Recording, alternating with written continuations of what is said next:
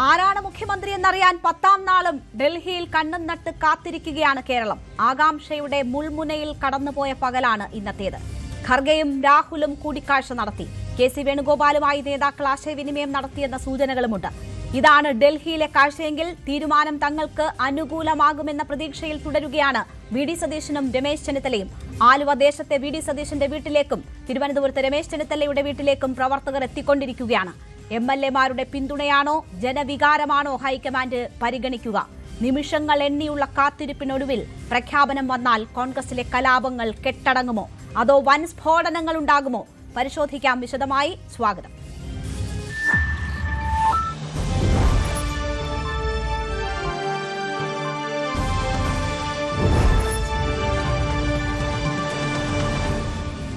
Prime ഡിബേറ്റിൽ അതിഥികൾ നമുക്കൊപ്പം ചേരുന്നു. ആദ്യം ജിൻഡോ ജോൺ, കോൺഗ്രസ് പ്രതിനിധി, നമുക്കൊപ്പം ടെലിഫോൺ ലൈനിൽ. ജിൻഡോ, ഇന്നത്തെ പകൽ മുഴുവൻ കാത്തിരിപ്പിന്റേതായിരുന്നു. 10ാം ദിവസം എന്തായാലും തീരുമാനമെന്ന് പ്രതീക്ഷിച്ചിരുന്നതാണ്. ഇപ്പോൾ ഖർഗെയുടെ വസതിയിൽ നിന്നും കൂടിക്കാഴ്ച പൂർത്തിയാക്കി രാഹുൽ ഗാന്ധി മടങ്ങിയിരിക്കുകയാണ്. എന്താണ് നിങ്ങൾക്ക് ലഭിക്കുന്ന സൂചന? ഇന്ന് പ്രതീക്ഷിക്കാമോ പ്രഖ്യാപനം? നമ്മളും മാധ്യമങ്ങളിലൂടെ അറിയുന്ന വാർത്തകളാണ്. അതിനപ്പുറത്തേക്കുള്ളൊരു അപ്ഡേറ്റ്സ് നമുക്ക് വന്നിട്ടില്ല. നമ്മളെല്ലാവരും പ്രതീക്ഷിക്കുന്ന ഇന്ന് തന്നെ പ്രഖ്യാപനം ഉണ്ടാകും എന്നുള്ളതാണ്.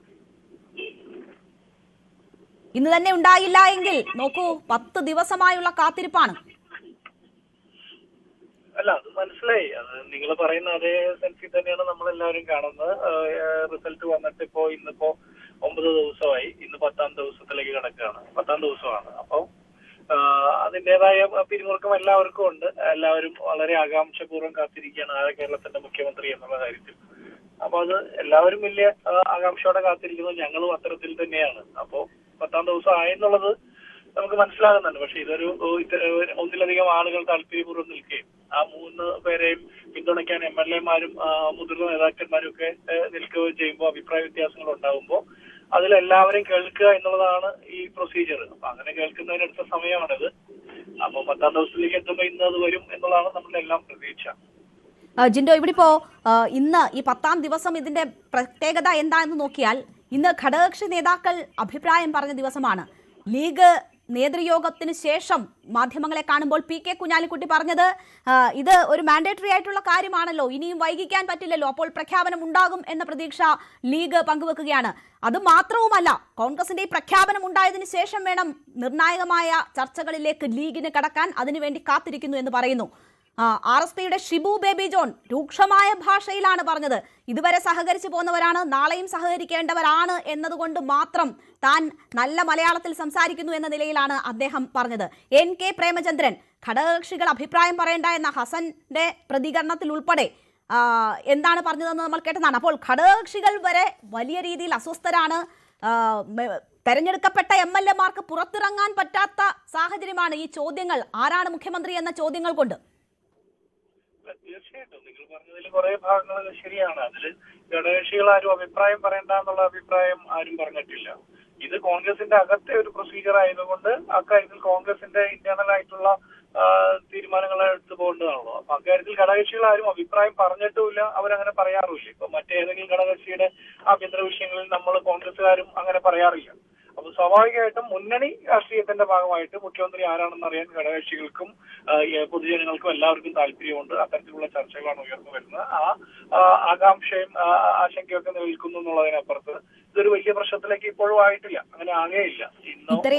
ഇത്രയും നോക്കൂ, രാവിലെ മുതൽ തന്നെ വി.ഡി. സതീശന്റെ വസതിയിലേക്ക് ആളുകൾ എത്തിക്കൊണ്ടിരിക്കുകയാണ്. അവിടെ നിന്ന് പ്രവർത്തകരുടെ പ്രതികരണങ്ങൾ മാധ്യമങ്ങളിലൂടെ കേൾക്കുന്നത് താങ്കളും കേട്ടിട്ടുണ്ടാകും എന്നാണ് ഞാൻ കരുതുന്നത്. ഫ്ലെക്സ് യുദ്ധം 10ാം ദിവസവും തുടരുന്ന കാഴ്ചയാണ് നമ്മൾ കണ്ടുകൊണ്ടിരിക്കുന്നത്. അതൊക്കെ മാറ്റിവെച്ചാൽ, അത് കോൺഗ്രസിന്റെ ആഭ്യന്തര പ്രശ്നവും കോൺഗ്രസിലെ പ്രവർത്തകരും കോൺഗ്രസുമായുള്ള വിഷയമെന്ന് മാറ്റിവെച്ചാൽ, ജിൻഡോ, കോൺഗ്രസിന് വോട്ട് ചെയ്തവരിൽ കോൺഗ്രസുകാർ മാത്രമല്ല ഉള്ളത്. അത് ഏറ്റവും ബോധ്യമുള്ളത് നിങ്ങൾക്ക് തന്നെയാണ്. ആ ജനങ്ങൾക്ക് നേരെ കൊഞ്ഞണം കുത്തുന്നതിന് തുല്യമാണ് ഈ 10ാം ദിവസവും ഈ സമയവും തീരുമാനമില്ല, ആരാണ് മുഖ്യമന്ത്രി എന്നറിയാതെ നിൽക്കുന്ന ഈ സാഹചര്യം. മലയാളികളുടെ അഭിമാന പ്രശ്നമായി തന്നെ ഇത് മാറിയിരിക്കുന്നു എന്നൊരു സാഹചര്യം കൂടി ഉണ്ട്. പല ട്രോളുകളും താങ്കൾ ഉൾപ്പെടെയുള്ളവർ കണ്ടിട്ടുണ്ടാകുമല്ലോ. അല്ല, അത് ട്രോളുകളെല്ലാം വരും. അത് ഒരു സോഷ്യൽ മീഡിയ കാലത്ത് ജനാധിപത്യ രാഷ്ട്രീയ പ്രവർത്തനത്തിന്റെ ഭാഗമായിട്ട് ട്രോൾ ഉണ്ടാവും. അതിലെ തമാശകൾ നമ്മൾ കേൾക്കുകയും വായിക്കുകയും ഒക്കെ ചെയ്യുമ്പോൾ നമ്മളെല്ലാവരും അത് എൻജോയ് ചെയ്യുന്നതാണ്. അതിനപ്പുറത്ത് വി ഡി സതീശന്റെയും കെ സി വേണുഗോപാലിന്റെ രമേശ് ചെന്നിത്തലയുടെ ഒക്കെ പേരുകളും മൂന്നുപേരും കോൺഗ്രസ്സുകാരാണല്ലോ. ഏതെങ്കിലും സി പി എം നേതാവിന്റെ ബി ജെ പി നേതാവിന്റെ ആണെങ്കിൽ ഞങ്ങൾക്കൊരു ആശങ്കയാണ്. ഇത് അങ്ങനെയില്ല. ഞങ്ങളെ സംബന്ധിച്ചിടത്തോളം മൂന്നുപേരും ഞങ്ങളുടെ നേതാക്കന്മാരാണ്. മൂന്നിലൊരാൾ കേരളത്തിന്റെ മുഖ്യമന്ത്രിയാകും. അപ്പൊ അക്കാര്യത്തിൽ ആരെ തെരഞ്ഞെടുക്കണം എന്ന് ഹൈക്കമാൻഡ് എല്ലാ പ്രൊസീജിയേഴ്സും എല്ലാവരെയും കേട്ട് പാർട്ടിക്കകത്തെയും MLA-മാരുടെയും അതുപോലെ തന്നെ മുതിർന്ന നേതാക്കന്മാരുടെയും ഘടകകക്ഷികളുടെ ഒക്കെ അഭിപ്രായം കേട്ടിട്ട് ഒരു തീരുമാനത്തിലേക്ക് പോവുകയാണ്. സ്വാഭാവികമായിട്ടും മൂന്ന് നേതാക്കന്മാരെ പിന്തുണയ്ക്കുന്ന പ്രവർത്തകരും അണികളും അനുഭാവികളും പൊതുസമൂഹവും ഒക്കെയുണ്ട്. അപ്പൊ ഏറ്റവും യുക്തമായ ഒരു തീരുമാനമെടുക്കുക, എന്നാൽ ആരെയും ഒഴിവാക്കപ്പെടാത്ത രീതിയിലുള്ള എല്ലാവരെയും ഉൾച്ചേർക്കുന്ന ഒരു തീരുമാനമെടുക്കുക. അതുകൊണ്ടാണ് ഇത്രയും വൈകുന്നത്. ശരി, തുടരുക ശ്രീ ജിൻഡോ ജോൺ. എന്തായാലും എല്ലാവരെയും പോലെ ഓരോ കോൺഗ്രസ് നേതാക്കളും പ്രതീക്ഷയോടുകൂടി തന്നെ കാത്തിരിക്കുകയാണ്. വി ഡി സതീശൻ ക്യാമ്പും രമേശ് ചെന്നിത്തലയുടെ ക്യാമ്പും ഒപ്പം തന്നെ കെ സി വേണുഗോപാലിന്റെ ക്യാമ്പും ഇതുപോലെ തന്നെ പ്രതീക്ഷയോടുകൂടി കാത്തിരിക്കുകയാണ്. നമുക്കൊപ്പം മറ്റതിഥികൾ കൂടി ചേരുകയാണ്. ശ്രീ ജോർജ് പൊടിപ്പാറ, മാധ്യമപ്രവർത്തകൻ, ശ്രീ ടി.കെ. രാജഗോപാൽ, മാധ്യമപ്രവർത്തകൻ, എം ജയചന്ദ്രൻ, ഇടത് സഹയാത്രികൻ, ശ്രീജിത്ത് പണിക്കർ, രാഷ്ട്രീയ നിരീക്ഷകൻ, എം എസ് വേണുഗോപാൽ, രാഷ്ട്രീയ നിരീക്ഷകൻ എന്നിവർ കൂടി ചേരുകയാണ്. ആദ്യം ശ്രീ ജോർജ് പൊടിപ്പാറ, നോക്കൂ, 10ാം ദിവസമാണ്. ഇന്നത്തെ പകൽ മുഴുവൻ ഇന്ന് ഈ പ്രഖ്യാപനം ഉണ്ടാകും എന്നതായിരുന്നു പ്രതീക്ഷയെങ്കിൽ ഇപ്പോൾ അതിന് മങ്ങലേൽക്കുകയാണ്. ഈ കൂടിക്കാഴ്ചയ്ക്ക് ശേഷവും വ്യക്തമായ ഒരു സന്ദേശവും നൽകാതെ രാഹുൽ ഗാന്ധി മടങ്ങിയിരിക്കുന്നു. ഖർഗെയും മാധ്യമങ്ങളെ കണ്ടിട്ടില്ല. ഏതെങ്കിലും വാർത്താ സമ്മേളനത്തിന്റെ സൂചനകളില്ല. ഇനി ഏതെങ്കിലും കുറിപ്പ് ഇറക്കി അതിലൂടെ ഒരു പ്രഖ്യാപനം ഉണ്ടാകുമോ എന്ന ഒരു പ്രതീക്ഷ മാത്രമാണുള്ളത്. താങ്കൾക്ക് എന്തു തോന്നുന്നു? ഇന്നത്തെ ദിവസം ഒരു പ്രഖ്യാപനത്തിനുള്ള സാധ്യതകൾ ബാക്കിയുണ്ടോ? എനിക്ക് തോന്നുന്നു എന്തായാലും പ്രഖ്യാപനം ഉണ്ടാകും എന്നാണ് ഞാൻ വിചാരിക്കുന്നത്. കാരണം ഇത് 10 ദിവസമായി താങ്കൾ സൂചിപ്പിക്കുന്ന പോലെ ജനങ്ങളുടെ ക്ഷമയ്ക്ക് പരിധിയുണ്ട്, പാർട്ടി പ്രവർത്തകരുടെ ക്ഷമയ്ക്ക് ഒരു പരിധിയുണ്ട്, MLA-മാരുടെ ക്ഷമയ്ക്ക് പരിധിയുണ്ട്. അപ്പൊ എല്ലാ ക്ഷമകളും കെട്ടു തുടങ്ങിയ ഒരു ഘട്ടത്തിൽ ഇന്ന് വളരെ നിർണായകമായിട്ട് രാഹുൽ ഗാന്ധിയും മല്ലികാർജുൻ ഖാർഗെ എന്ന് പറയുന്ന AICC പ്രസിഡന്റും ഒരു കൂടിക്കാഴ്ച നടത്തുന്നു. ആ കൂടിക്കാഴ്ചയിൽ ഒരു അന്തിമ തീരുമാനം എന്ന് വെച്ചാൽ ഇതിനകത്ത് കൺസൾട്ടേഷൻ എന്ന് പറയുന്ന സംഗതി അതിന്റെ പരമാവധി നടന്നു കഴിഞ്ഞു.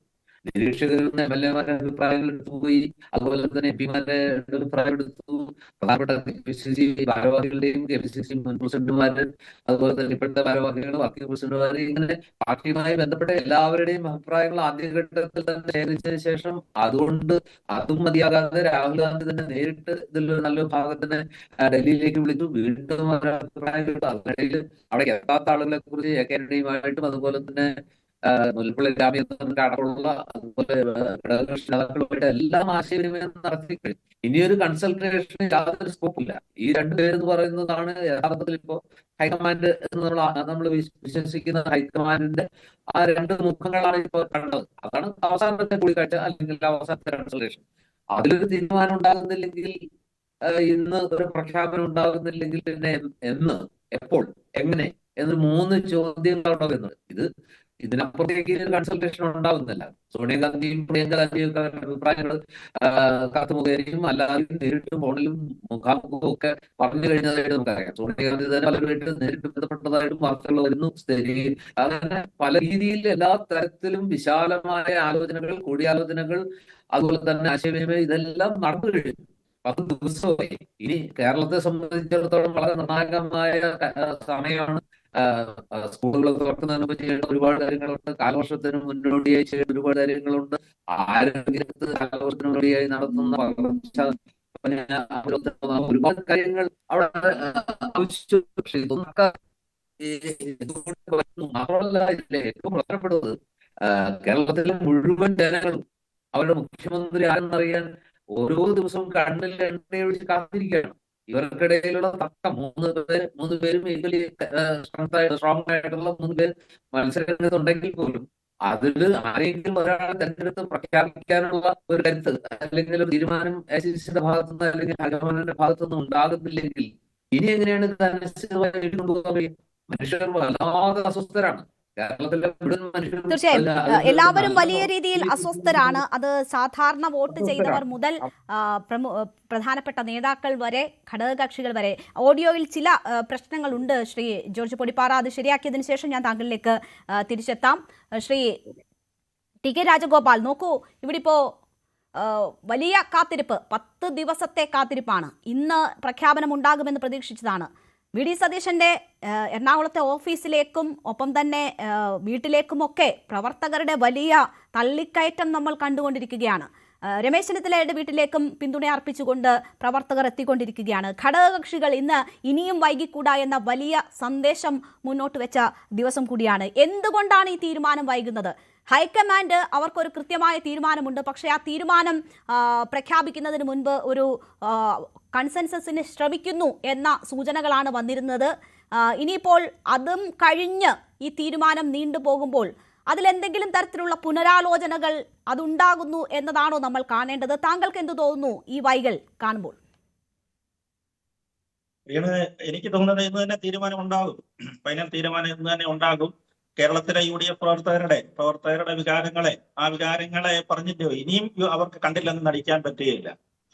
നമ്മളിപ്പോ ഇന്ദിരാഭവനിലേക്ക് നോക്കുക, തിരുവനന്തപുരത്ത് ഇന്ദിരാഭവനിലേക്ക് നോക്കുക, എന്തോ ഒരു വലിയ ജനക്കൂട്ടമാണ് അവിടെ വന്നിരിക്കുന്നത്. പ്രവർത്തകരുടെ ആവേശം കണ്ടില്ലേ? അവരുടെ നേതാവിനെ അറിയാൻ, ആരാണ് ഞങ്ങളെ അടുത്ത 5 വർഷത്തേക്ക് നയിക്കുന്നതെന്ന് അറിയുന്നതിനായിട്ട് വലിയ ജനക്കൂട്ടമാണ്. അതിനകത്ത് നമ്മളിപ്പോ പറഞ്ഞില്ലേ, വി ഡി സതീശന്റെ പറവൂരിലെ വീട്ടിലേക്ക് പോയതോ അല്ലെങ്കിൽ രമേശ് ചെന്നിത്തലയുടെ വീട്ടിലേക്ക് പോയതോ ഒരു പക്ഷെങ്കിൽ അവരെ സ്നേഹിക്കുന്ന ആളുകളായിരിക്കാം. അവരെ നമുക്ക് ഗ്രൂപ്പ് തിരിഞ്ഞ് വേണമെങ്കിൽ കാണാം. അപ്പോൾ ഡൽഹിയിൽ KC വേണുഗോപാൽ ഡൽഹിയിലായതുകൊണ്ട് പിന്നെ അത്തരം കാര്യങ്ങളൊന്നും നടക്കുന്നില്ല എന്നുള്ളതേ ഉള്ളൂ. പക്ഷെ ഇന്ദിരാഭവനിൽ കൂടി നിൽക്കുന്ന ആളുകൾ ആരാണ്? കേരളത്തിലെ യഥാർത്ഥ UDFന്റെ പ്രവർത്തകരാണ്. അവരിൽ പല അഭിപ്രായങ്ങളും ഉള്ള ആളുകളുണ്ടാകും. അവരെല്ലാവരും ആകാംക്ഷയോടെ ഇന്ന് ഏതാണ്ട് ഒരു 4 മണിയോടുകൂടി തന്നെ ഇന്ദിരാഭവൻ നിറഞ്ഞ് കവിഞ്ഞിരിക്കുകയാണ്. ഞാൻ ഈ അടുത്ത കാലത്തൊന്നും ഇത്രയും വലിയ ഒരു ആൾക്കൂട്ടം ഇന്ദിരാഭവനിൽ കണ്ടിട്ടില്ല. അപ്പൊ അതിനെ മാനിക്കും, തീർച്ചയായിട്ടും അവരുടെ വികാരത്തെ മാനിച്ചു തന്നെ ഒരു തീരുമാനം ഉണ്ടാകും. അതുകൊണ്ടാണ് ലാസ്റ്റ് മിനിറ്റ് ചർച്ചയാണ് ഇപ്പൊ നടന്നിരിക്കുന്നത്. പിന്നെ കോൺഗ്രസ് ഒരു വലിയ ജനാധിപത്യ പാർട്ടിയാണ്, ഒരു മുന്നണിയായിട്ട് മത്സരിച്ചതാണ്. എല്ലാ അഭിപ്രായങ്ങളും അറിയണം. നാളെ ഒരു പഴിദോഷം അല്ലെങ്കിൽ അതിന്റെ പേരിൽ ഇപ്പൊ നേരത്തെ തന്നെ ചില സംസ്ഥാനങ്ങൾ, നിങ്ങളുടെ റിപ്പോർട്ടർമാർ പറഞ്ഞില്ലേ, പല സംസ്ഥാനങ്ങളുടെയും പ്രശ്നങ്ങളൊക്കെ ചൂണ്ടിക്കാണിച്ചല്ലോ. രാജസ്ഥാൻ അടക്കമുള്ള പല സംസ്ഥാനങ്ങളുടെയും പ്രശ്നങ്ങളൊക്കെ ചൂണ്ടിക്കാണിക്കുന്നുണ്ടായിരുന്നു. ഒരുപാട് സംസ്ഥാനങ്ങളെ, രാജസ്ഥാൻ മാത്രമല്ല ഞാൻ പറഞ്ഞു, ഒരുപാട് സംസ്ഥാനങ്ങളിലെ പ്രശ്നങ്ങളൊക്കെ പറയുന്നുണ്ടായിരുന്നു.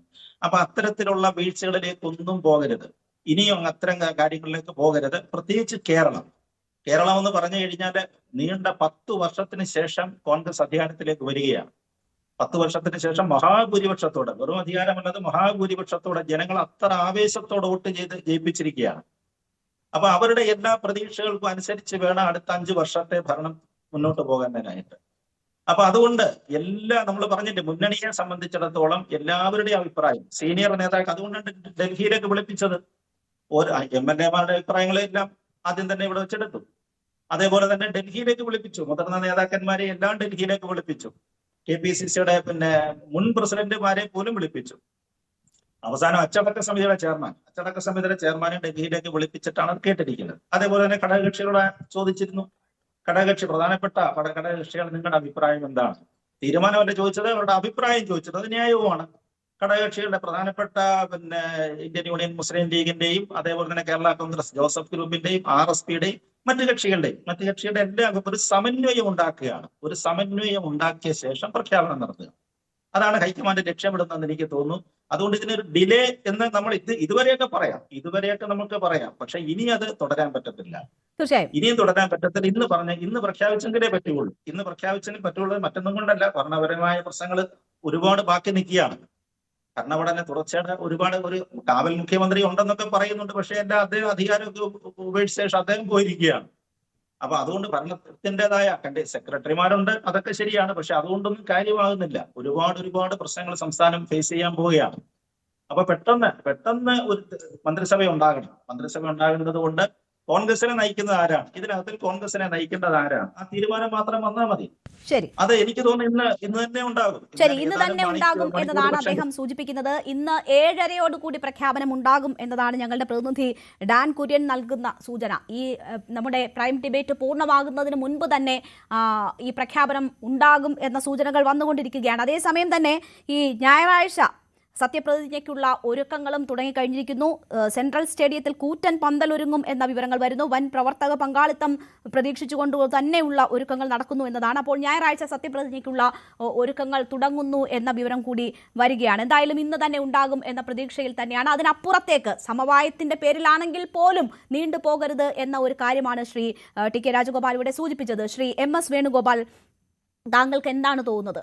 ഒരു കൺസെൻസസ് ഉണ്ടാക്കാനുള്ള ശ്രമമാണ് നടക്കുന്നത് എന്നത് കാണാം. ഘടകകക്ഷികളുമായി പക്ഷേ ഏതെങ്കിലും തരത്തിൽ വീണ്ടും ആശയവിനിമയം നടത്തിയതിൻ്റെ യാതൊരു സൂചനയുമില്ല. ഏതെങ്കിലും ഈ 3 നേതാക്കളിൽ ആരെയെങ്കിലും വിളിച്ചതായോ സംസാരിച്ചതായോ ഉള്ള സൂചനയില്ല. അവർക്ക് ഏതെങ്കിലും തരത്തിൽ അവരെ അക്കമഡേറ്റ് ചെയ്യാൻ അവരെ കൂടി ഉൾപ്പെടുത്തിക്കൊണ്ടുള്ള ഒരു സമവായത്തിലേക്ക് കാര്യങ്ങൾ പോകുന്നു എന്നതിൻ്റെ ഒന്നും ഒരു വ്യക്തമായ സൂചനയില്ല. അപ്പോൾ കൺസെൻസസിന് എടുക്കുന്ന ഈ സമയം എന്ന് പറയുന്നത് ആശ്വാസകരമാണോ? ഇനിയും ഇത് നീണ്ടുപോവുകയാണ് എങ്കിൽ ഒരു പ്രഖ്യാപനമുണ്ടായാൽ അതിൽ പ്രതികരണങ്ങൾ വന്നത് തീരും, സത്യപ്രതിജ്ഞ തുടങ്ങിയ ചടങ്ങുകളിലേക്ക് പോകും. ഇനിയും ഒരു സമവായത്തിന് വേണ്ടി ഈ സമയം നീട്ടിക്കൊണ്ടു പോവുക എന്നത് കൂടുതൽ പ്രതിസന്ധി ഉണ്ടാക്കാനാണോ സാധ്യത? തീർച്ചയായിട്ടും ഇനിയും ഒരു മറുപടി ഉണ്ടായില്ലെങ്കിൽ, ആരാണെന്നുള്ളത് മുഖ്യമന്ത്രി എന്നുള്ളതിനൊരു വ്യക്തത ഉണ്ടായില്ലെങ്കിൽ ഇത് തെരുവ് യുദ്ധത്തിലേക്ക് വരെ പോകാനുള്ള സാധ്യത കൂടുതലാണ്. ഹൈക്കമാൻഡ് പറഞ്ഞു ആരും തെരുവിലിറങ്ങരുതെന്ന്. പക്ഷേ ഇപ്പോൾ തെരുവിലിറങ്ങി വീണ്ടും വന്നിരിക്കുന്നു. ഇത് നല്ലത് അല്ല കോൺഗ്രസിനെ സംബന്ധിച്ചോളം. കാരണം 3ആയി കോൺഗ്രസിൻ്റെ വിഭാഗങ്ങൾ ഉദയം ചെയ്യാനായിട്ടിത് കാരണമാകും. അല്ലെങ്കിൽ തന്നെ ഒരു പുതിയ ഗ്രൂപ്പ് ഇപ്പം തന്നെ രൂപപ്പെട്ടിരിക്കുകയാണ്. കോൺഗ്രസിനകത്ത് കോൺഗ്രസിലെ ഭാരവാഹികളും നിയമസഭയിലേക്ക് തിരഞ്ഞെടുക്കപ്പെട്ടവരും ഒരു വിഭാഗമായി നിൽക്കുന്നു, ഭൂരിപക്ഷവും ഒരു വിഭാഗമായി നിൽക്കുന്നു, ന്യൂനപക്ഷം വേറൊരു വിഭാഗമായി നിൽക്കുന്നു. അതുപോലെ തന്നെ ഘടകകക്ഷികളെല്ലാം കൂടെ ചേർന്ന് ഒരു വിഭാഗമായി നിൽക്കുന്നു. പൊതുജനങ്ങൾ എന്ന് പറഞ്ഞുകൊണ്ട് ഒരു കുക്ഡപ്പ് ഗ്രൂപ്പ് റോഡിൽ ഇറങ്ങിയിട്ടുണ്ട്. അത് ആൾക്കൂട്ടം കുക്ഡപ്പ് ആൾക്കൂട്ടമാണെന്നാണ് എനിക്ക് തോന്നുന്നത്. അത് പൊതുജനങ്ങളല്ല, ഓരോരുത്തരും സംഘടിതമാക്കി ഇറക്കുന്ന ഗ്രൂപ്പുകളാണ്. ആ ഗ്രൂപ്പുകൾ കൂടി രംഗത്തിറങ്ങിയതോടുകൂടി ഹൈക്കമാൻഡിൻ്റെ നിർദ്ദേശം തള്ളിക്കളഞ്ഞുകൊണ്ട് ഇപ്പോൾ റോഡിലിറങ്ങിയിരിക്കുന്ന ആൾക്കാർ കൂടെ വന്നുകൊണ്ട് ഇത് തെരുവ് യുദ്ധത്തിലേക്ക് പോകാതിരിക്കണമെങ്കിൽ ഹൈക്കമാൻഡ് ഇന്ന് തന്നെ ഒരു മുഖ്യമന്ത്രി ആരെന്നുള്ളത് പ്രഖ്യാപിക്കണം. ആ പ്രഖ്യാപനത്തിന് തയ്യാറായില്ലെങ്കിൽ കേരളത്തിലെ കോൺഗ്രസ് കൂടുതൽ വിഷമസ്ഥിതിയിലേക്ക് പോകും. 102 സീറ്റ് കൊണ്ട് ഉണ്ടാക്കിയ വിജയം ഏതാണ്ട് ഇല്ലാതാക്കുന്ന വിധത്തിലേക്കുള്ളൊരു വലിയ തർക്കത്തിലേക്കും വിഷമത്തിലേക്കും പ്രതിസന്ധിയിലേക്കുമാണ് പോകുന്നത്. ഇതിവിടം കൊണ്ട് അവസാനിക്കാൻ പോകുന്നില്ല. ഇനി അടുത്തത് മുഖ്യമന്ത്രി ആരെന്ന് വരണമെങ്കിൽ തന്നെ ഇപ്പോൾ വലിയ പാടായിരിക്കുന്നു. ഇതിന് കാരണം ഈ ഇലക്ഷന് മുമ്പായിട്ടൊരു മുഖ്യമന്ത്രിയെ പ്രഖ്യാപിച്ചിരുന്നില്ല. അപ്പം ഇലക്ഷന് മുമ്പായിട്ടൊരു മുഖ്യമന്ത്രിയെ പ്രഖ്യാപിക്കുമ്പോൾ ജനങ്ങളുടെ മുഖ്യമന്ത്രിയാണിതെന്ന് എങ്ങനെ പറയാൻ പറ്റും? ഇലക്ഷന് മുമ്പ് ഒരു മുഖ്യമന്ത്രിയെ പ്രഖ്യാപിച്ചില്ല. ഇലക്ഷന് ശേഷം നിയമസഭ സാമാജികരെ വിളിച്ചുകൂട്ടി അവരുടെ അഭിപ്രായം കേട്ട് അത് ഹൈക്കമാൻഡ് തീരുമാനിക്കുമെന്നാണ് നമ്മളോടെല്ലാം പറഞ്ഞിരുന്നത്. അപ്പോൾ അത് കഴിഞ്ഞിട്ട് ഇപ്പോൾ പറയുകയാണ് ഇത് ജനങ്ങളുടെ മുഖ്യമന്ത്രി അല്ല എന്ന്. നിയമസഭാ സമ്മേളനം കൂടി ഏറ്റവും കൂടുതൽ പിന്തുണ നൽകിയത് KC വേണുഗോപാലിനാണെന്ന് പൊതുവെ അഭിപ്രായം വന്നിരിക്കുന്ന സാഹചര്യത്തിൽ അതിനപ്പുറം വേറൊരു വിധി വരികയാണെങ്കിൽ അത് നേരത്തെ പറഞ്ഞതിന് വ്യത്യസ്തമാണ്.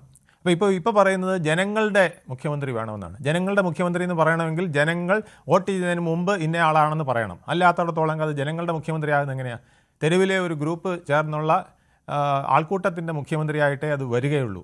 എന്തായാലും ഒരു സമവാക്യം ഉണ്ടാക്കാൻ ശ്രമിച്ചത് പൊളിഞ്ഞു എന്ന് നമുക്ക് മനസ്സിലായി. ഇതിന് പ്രധാന കാരണം ഹൈക്കമാൻഡിൻ്റെ മനസ്സിൽ ഒരു മുഖ്യമന്ത്രി ഉണ്ടായിരുന്നു. ആ മുഖ്യമന്ത്രിയും ഏതാണ്ട് നിയമസഭയിലെ ഭൂരിപക്ഷം പേരുടെ മുഖ്യമന്ത്രിയും ഒത്തുവന്നതുകൊണ്ട് ഹൈക്കമാൻഡ് സന്തോഷിച്ചിരിക്കുകയായിരുന്നു. പക്ഷേ അപ്പോഴാണ് ഘടകകക്ഷികൾ വേറൊരു മുഖ്യമന്ത്രിയുടെ കാര്യം പറഞ്ഞു തുടങ്ങിയത്. ഘടകകക്ഷികൾ പറയുന്നത് ഞങ്ങളാരും കോൺഗ്രസിൻ്റെ ഉൾപാർട്ടി ജനാധിപത്യത്തിൽ ഇടപെട്ടിട്ടില്ല, അവരുടെ നേതാവിനെ തിരഞ്ഞെടുക്കുന്നതിൽ ഇടപെട്ടിട്ടില്ല എന്ന് പറയുമ്പോഴും അവിടെ നീരാളിപ്പിടുത്തങ്ങൾ ഉണ്ടായിട്ടുണ്ട്. അതിൻ്റെ ഏറ്റവും വലിയ ഉദാഹരണമാണ് വയനാട് ഇനി അമേഠിയായിട്ട് മാറാനായിട്ട് സാധ്യത കൂടുതലാണ് എന്ന് പറയുന്ന ഒരു സാഹചര്യം. ആ സാഹചര്യം ഉണ്ടാക്കിയത് ആര്? തെരുവിൽ അങ്ങനെ ഒരു പോസ്റ്റർ വരികയും അങ്ങനെ ചില ആൾക്കാരെ കൊണ്ട് പറയിക്കുകയും ചെയ്യുന്നെങ്കിൽ അതിൻ്റെ പിന്നിൽ ആര്? അപ്പോൾ ഇതിൻ്റെയൊക്കെ പിന്നിൽ ഒരുപാട് വടംവലികൾ നടക്കുകയാണ്. ഓരോരുത്തർക്കും മുഖ്യമന്ത്രി ഇന്നയാൾ വേണം, കോൻ ബനേഗ ചീഫ് മിനിസ്റ്റർ എന്ന ഒരു രീതിയിലേക്ക് ഇപ്പോൾ മാറിയിരിക്കുകയാണ്. അപ്പോൾ ഇത് നിശ്ചയിക്കുന്നത് ആര് എന്നുള്ളത് ഹൈക്കമാൻഡിൻ്റെ കൈവിട്ടു പോയിരിക്കുകയാണ്. ഹൈക്കമാൻഡിന് നിശ്ചയിക്കാൻ കഴിയുന്നില്ല. ഇല്ലെങ്കിൽ ഇന്നലെ പ്രഖ്യാപനം തീർച്ചയായിട്ടും വരേണ്ടതാണ്. എല്ലാ തട്ടിലെയും നിരീക്ഷണങ്ങൾ കഴിഞ്ഞു, എല്ലാവരുടെയും അഭിപ്രായം കേട്ട് കഴിഞ്ഞു. ഇന്നലെ തീർച്ചയായിട്ടും പ്രഖ്യാപിക്കാമായിരുന്നു. ഇന്നലെ പ്രഖ്യാപിക്കാത്തത് അതിൻ്റെ പിന്നിൽ വേറെ കാര്യങ്ങൾ വന്നിരിക്കുന്നു എന്നുള്ളതാണ്. ശരി, ഇപ്പോൾ നാളെ പ്രഖ്യാപനം ഉണ്ടാകുള്ളൂ എന്ന സൂചനകൾ കൂടി വരികയാണ്. പ്രഖ്യാപനം നാളെ എന്ന വിവരങ്ങൾ വരുന്നു. ജയറാം രമേശ് ഖർഗെയുടെ വസതിയിലെത്തി കൂടിക്കാഴ്ച നടത്തുന്നു എന്ന വിവരം ഒരു ഭാഗത്തുണ്ട്. അപ്പോൾ ഉടൻ തന്നെ പ്രഖ്യാപനത്തിലേക്ക് എന്ന സൂചനകൾ വന്നിരുന്നു. എന്നാൽ ഇപ്പോൾ നാളെ ആയിരിക്കാം പ്രഖ്യാപനം എന്ന വിവരങ്ങൾ കൂടി വരുന്നു. ഒന്നും നമുക്ക് വ്യക്തമാകുന്നില്ല. നമ്മൾ വരുന്ന റിപ്പോർട്ടുകൾ പങ്കുവെക്കുന്നു എന്നതിനപ്പുറം എന്താണ് സംഭവിക്കുന്നത് എന്ന കാര്യത്തിൽ വ്യക്തതയില്ല. ശ്രീ ജിൻഡോ ജോൺ നമുക്കൊപ്പം തുടരുന്നുണ്ട്. ശ്രീ ജിൻഡോ, എന്നെ കേൾക്കാമോ?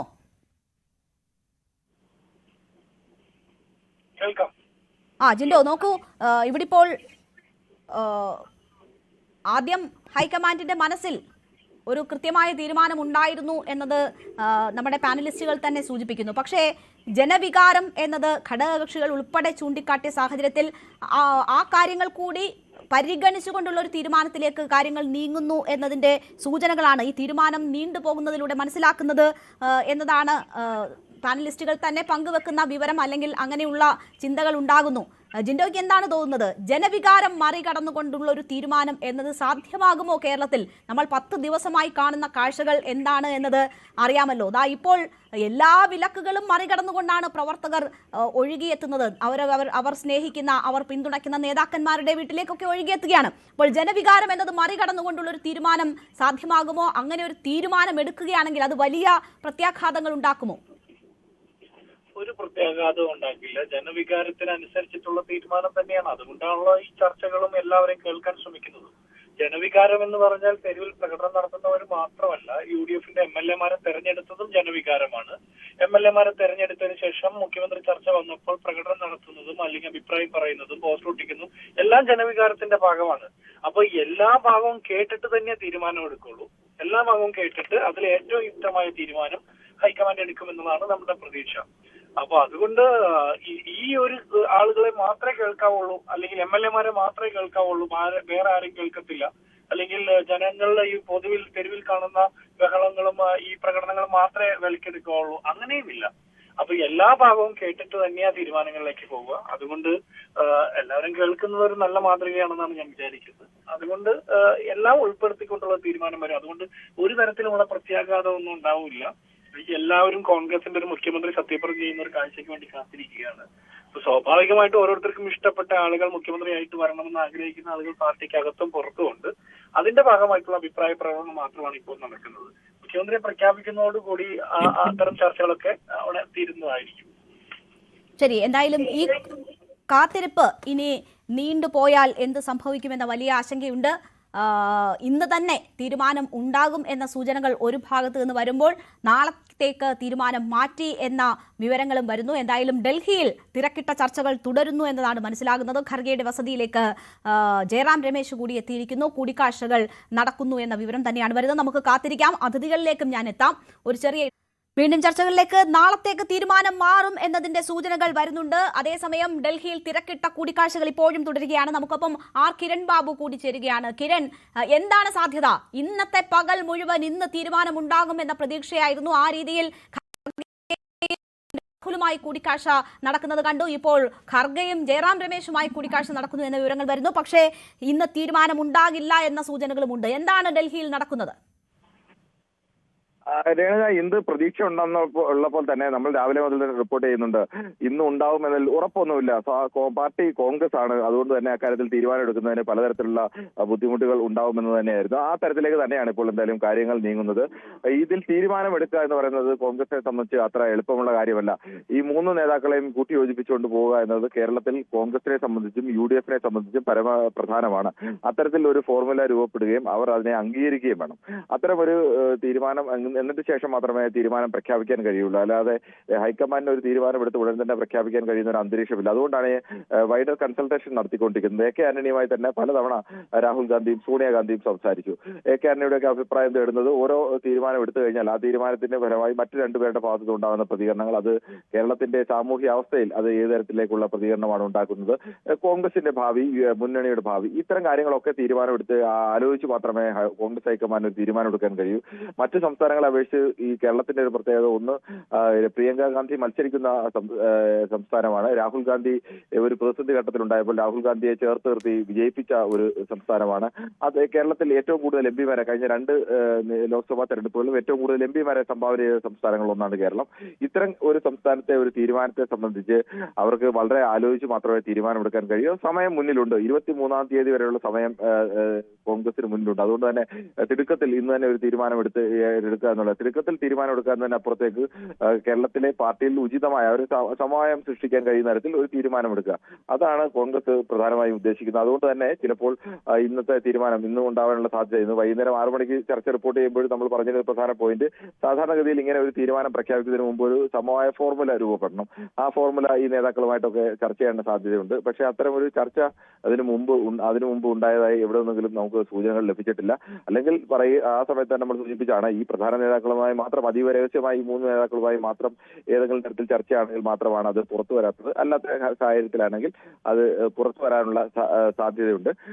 അത്തരം ഒരു സൂചനയും പുറത്തു വന്നിരുന്നില്ല. ഇപ്പോഴും നമുക്ക് ലഭ്യമാകുന്ന സൂചനകളുടെ അടിസ്ഥാനത്തിൽ ഈ 3 നേതാക്കൾക്കും ഏതെങ്കിലും തരത്തിൽ ഹൈക്കമാൻഡിന്റെ ഭാഗത്തു നിന്ന് ഒരു സന്ദേശം, ഇന്ന തീരുമാനമാണ്, അത് അംഗീകരിക്കണം, അല്ലെങ്കിൽ നിങ്ങൾക്ക് മറ്റേതെങ്കിലും തരത്തിൽ പരിഗണിക്കാം, അത്തരം ഒരു സന്ദേശം ഇപ്പോഴും ലഭിച്ചിട്ടില്ല. അതുകൊണ്ട് തന്നെയാണ് ഇപ്പോഴും ഇത് വൈകും എന്നുള്ളത്. കിരൺ, അത് പറയുമ്പോൾ തന്നെ ജയറാം രമേശ് മാധ്യമ വിഭാഗം തലവനാണ്. ജയറാം രമേശ് ഇപ്പോൾ രാഹുലും ഖർഗെയും തമ്മിൽ കൂടിക്കാഴ്ച നടത്തിയതിനു ശേഷം അവിടെ എത്തിയിരിക്കുകയാണ്. അത് എന്തിന്റെ സൂചനയാണ്? ഈ മാധ്യമ വിഭാഗം തലവനെ അവിടേക്ക് വിളിച്ചു വരുത്തി ചർച്ച നടക്കുന്നു. ഒരു വാർത്താ സമ്മേളനമോ കുറിപ്പോ ഇറങ്ങാനുള്ള സാധ്യതകളിലേക്ക് അത് വിരൽ ചൂണ്ടുന്നില്ലേ? സ്വാഭാവികമായും അതും ഉണ്ട്. ജയറാം രമേശിനെ സംബന്ധിച്ച് ദീർഘകാലമായി കേരള നേതാക്കളുമായും കേരളവുമായിട്ടൊക്കെ നല്ല ബന്ധമുള്ള ഒരാൾ കൂടിയാണ്. പ്രധാനമായും കോൺഗ്രസ് ലീഡർഷിപ്പ് എത്രയോ കാലമായി സീനിയർ ലീഡർഷിപ്പിൽ നിൽക്കുന്ന ഒരാളാണ്. കേരളത്തിൽ ഇത്തരം ഒരു തീരുമാനമെടുത്താൽ അതിനെ ഏത് തരത്തിലേക്ക് കൊണ്ടുപോകാം എന്നതിനെ കുറിച്ചൊക്കെ അറിയുന്ന ഒരാൾ കൂടിയാണ്. അത്തരം ഒരു കൂടുതൽ ആളുകളുടെ കൺസൾട്ടേഷൻ കാര്യത്തിൽ വേണം ഏകപക്ഷീയമായ ഒരു തീരുമാനമെടുത്ത് അത് പാർട്ടിയെ പ്രതിസന്ധിയിലാക്കുന്ന ഒരു ഘട്ടത്തിലേക്ക് പോയത്. ഇതിന്റെ മുഖ്യ പ്രതിസന്ധി എന്ന് പറയുന്നത് ഇതാണ് രേണുക. ഭൂരിപക്ഷം MLA-മാരും പിന്തുണയ്ക്കുന്നത് KC വേണുഗോപാലിനെയാണ്. പക്ഷേ ഘടകകക്ഷികളുമായി ഇതുവരെ ഇല്ലാത്ത രീതിയിൽ കോൺഗ്രസിന്റെ ഭാഗത്തുനിന്നുണ്ടായ ഒരു ഗൗരവമായ വീഴ്ച, അവർ ഘടകകക്ഷികളുമായി ഇക്കാര്യത്തിൽ ചർച്ച നടത്തി. ഘടകകക്ഷികളുമായി ചർച്ച നടത്തിയപ്പോൾ ഘടകകക്ഷികളുടെ അഭിപ്രായം VD സതീശൻ മുഖ്യമന്ത്രി ആവുക എന്നുള്ളതാണ്. VD സതീശന്റെ പേരിനോടാണ് ആ ഘടകകക്ഷികൾ എല്ലാ ഘടകകക്ഷികളും തന്നെ പറയാം അവർ എല്ലാവരും പിന്തുണച്ചത്. പാർലമെന്ററി പാർട്ടിയിലെ ഭൂരിപക്ഷം നോക്കി മുഖ്യമന്ത്രിയെ തീരുമാനിക്കാവുന്ന പഴയ പതിവ് സ്വീകരിക്കണോ? കേരളത്തെ സംബന്ധിച്ച് മറ്റ് സംസ്ഥാനങ്ങളെ പോലെയല്ല, ഇതൊരു മുന്നണി രാഷ്ട്രീയം എത്രയോ കാലമായി നിലനിൽക്കുന്ന ഒരു സംസ്ഥാനമാണ്. അവിടെ മുന്നണിയുടെ പൊതുവികാരം, ടീം UDF എന്ന നിലയ്ക്ക് ഉണ്ടാകുന്ന പൊതുവികാരം മാനിക്കണോ? ഇതാണ് പ്രധാനമായും അവരുടെ മുന്നിൽ ഉയർന്ന ഒരു ചോദ്യം. അപ്പോൾ അതിൽ പെട്ടെന്ന് ഒരു ഉത്തരം കണ്ടെത്തുക എളുപ്പമല്ല.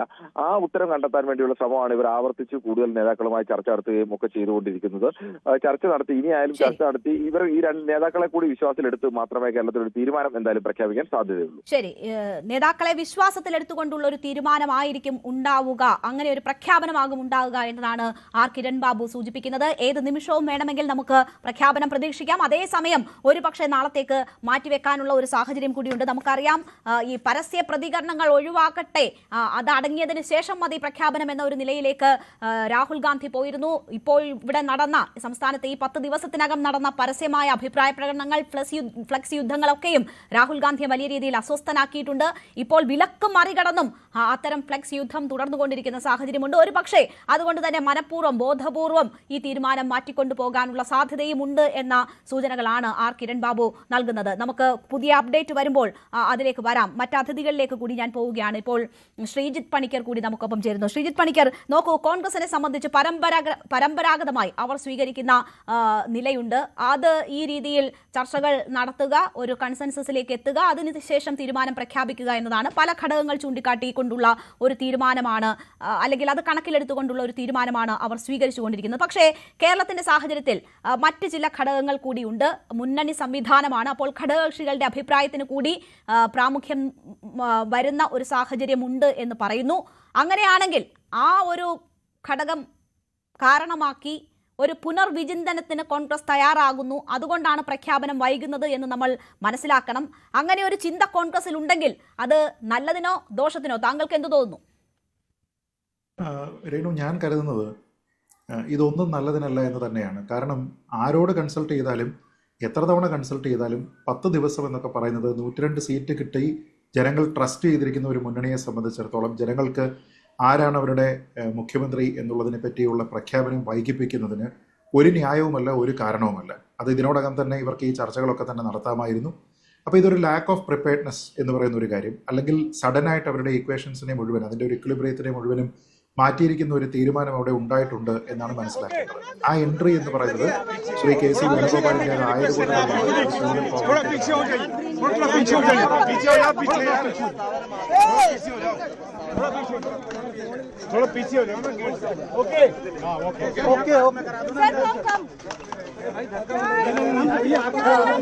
ജയറാം രമേശ് മാധ്യമങ്ങളെ കാണാനുള്ള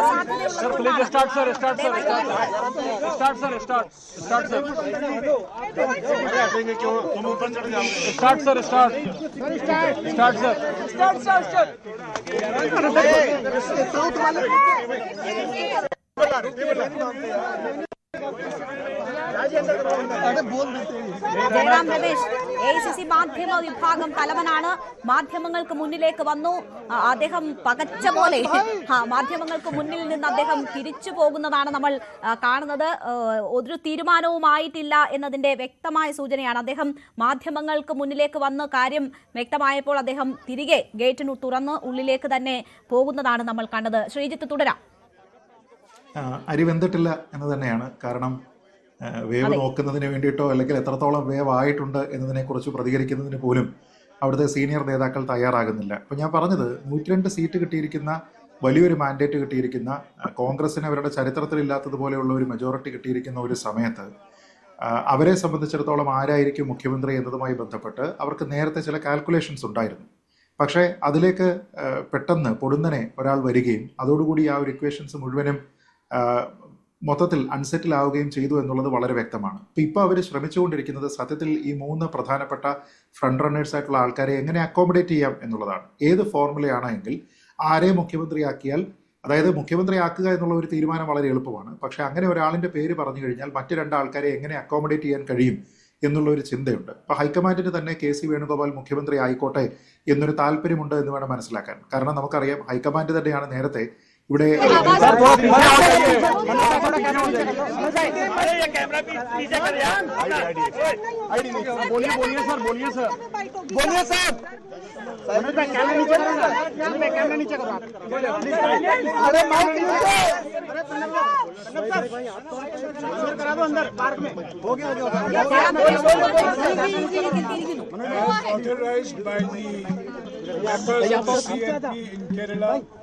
The High Command of the Congress has completed all discussions, and the decision on who the next Chief Minister of Kerala will be announced tomorrow.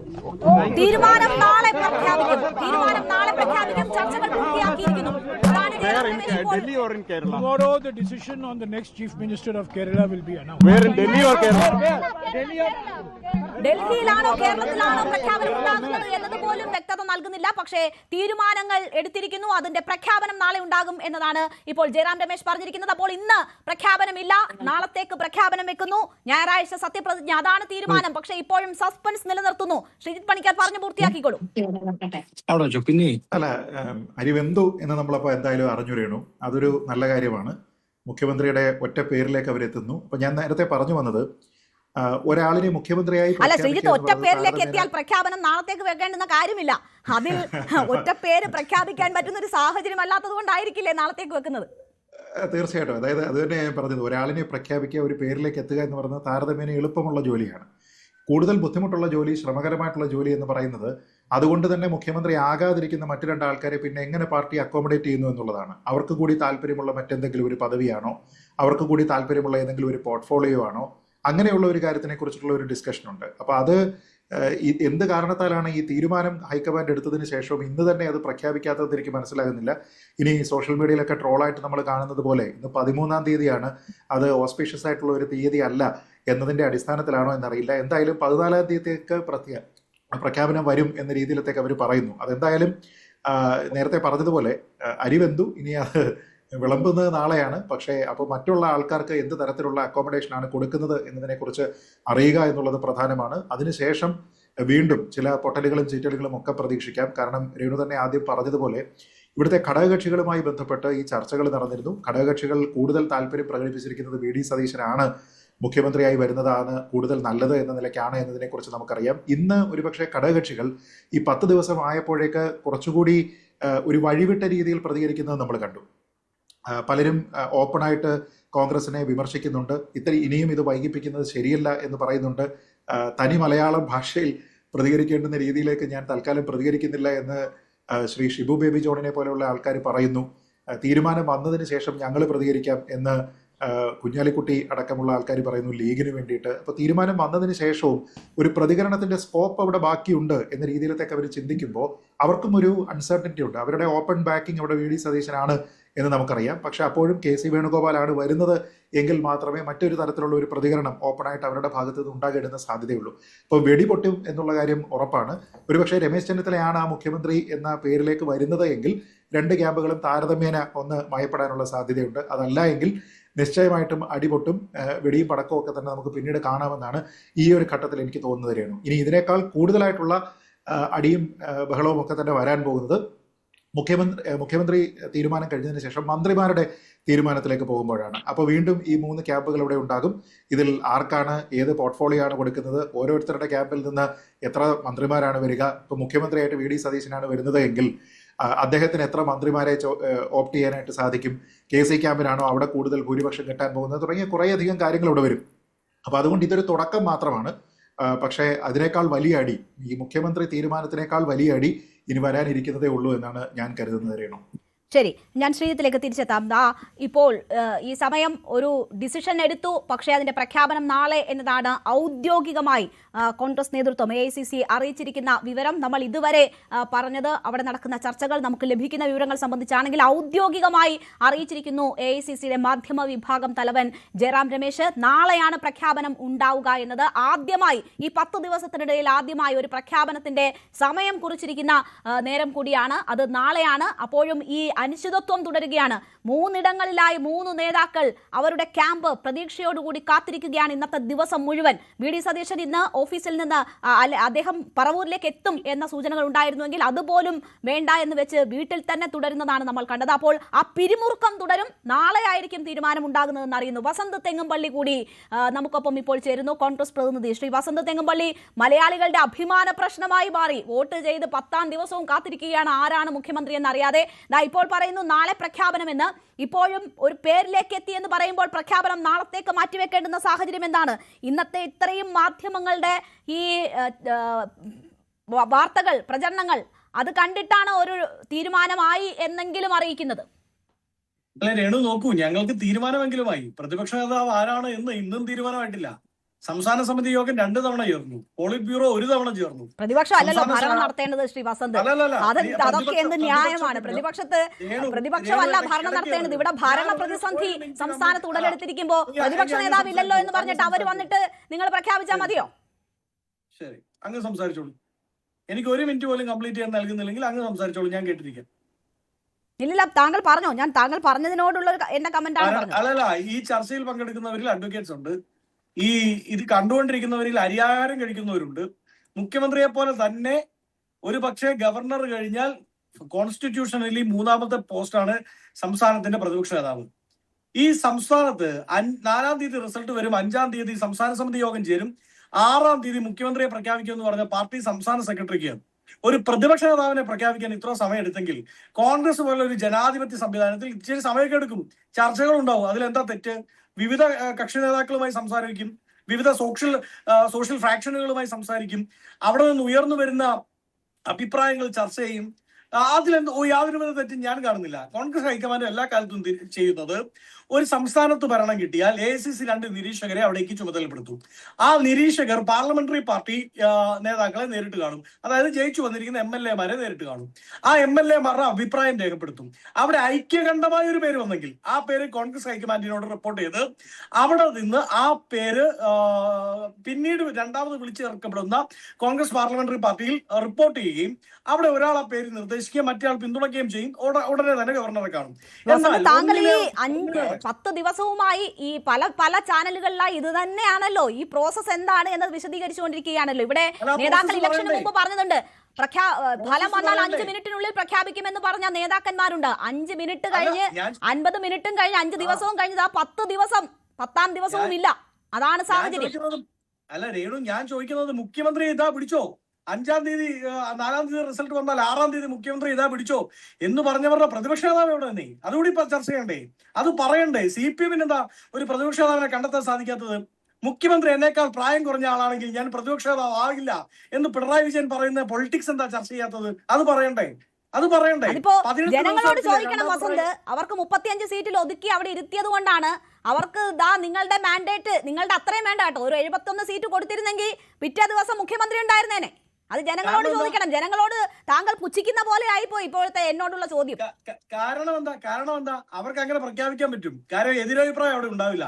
എതിരഭിപ്രായം ഉണ്ടായാൽ അത് ഏത് നേതാവാണെങ്കിലും അയാളുടെ വീട്ടിലേക്ക് ഇന്നോവ തിരിയും. ഇവിടെ അങ്ങനെയൊന്നുമില്ല. ഇവിടെ നോക്കൂ, ഞങ്ങളെ സംബന്ധിച്ച് ഞങ്ങളുടെ പാർലമെന്ററി പാർട്ടി നേതാക്കളെ കണ്ട AICC നിരീക്ഷകരുടെ മുമ്പിൽ 3 പേരുകൾ ഉയർന്നു വന്നു. അത് നിങ്ങൾ മാധ്യമങ്ങൾ കൊടുത്ത പേരോ അല്ലെങ്കിൽ ഞാനുണ്ട് എന്ന് ഏതെങ്കിലും നേതാവ് പറയുകയോ ചെയ്തതല്ല. ആ പാർലമെന്ററി പാർട്ടിയിൽ ഈ നമ്പറുകളുടെ വ്യത്യാസം അവിടെ നിൽക്കട്ടെ, ഞാനത് പറയാൻ താല്പര്യപ്പെടുന്നില്ല. നമ്പറുകൾ എത്രയായാലും ഒരാളെങ്കിൽ ഒരാൾ അങ്ങനെ മുമ്പോട്ട് വെച്ച് നിർദ്ദേശിച്ച പാർലമെന്ററി പാർട്ടി നിർദ്ദേശിച്ച 3 പേരുടെ പേര് വന്നു.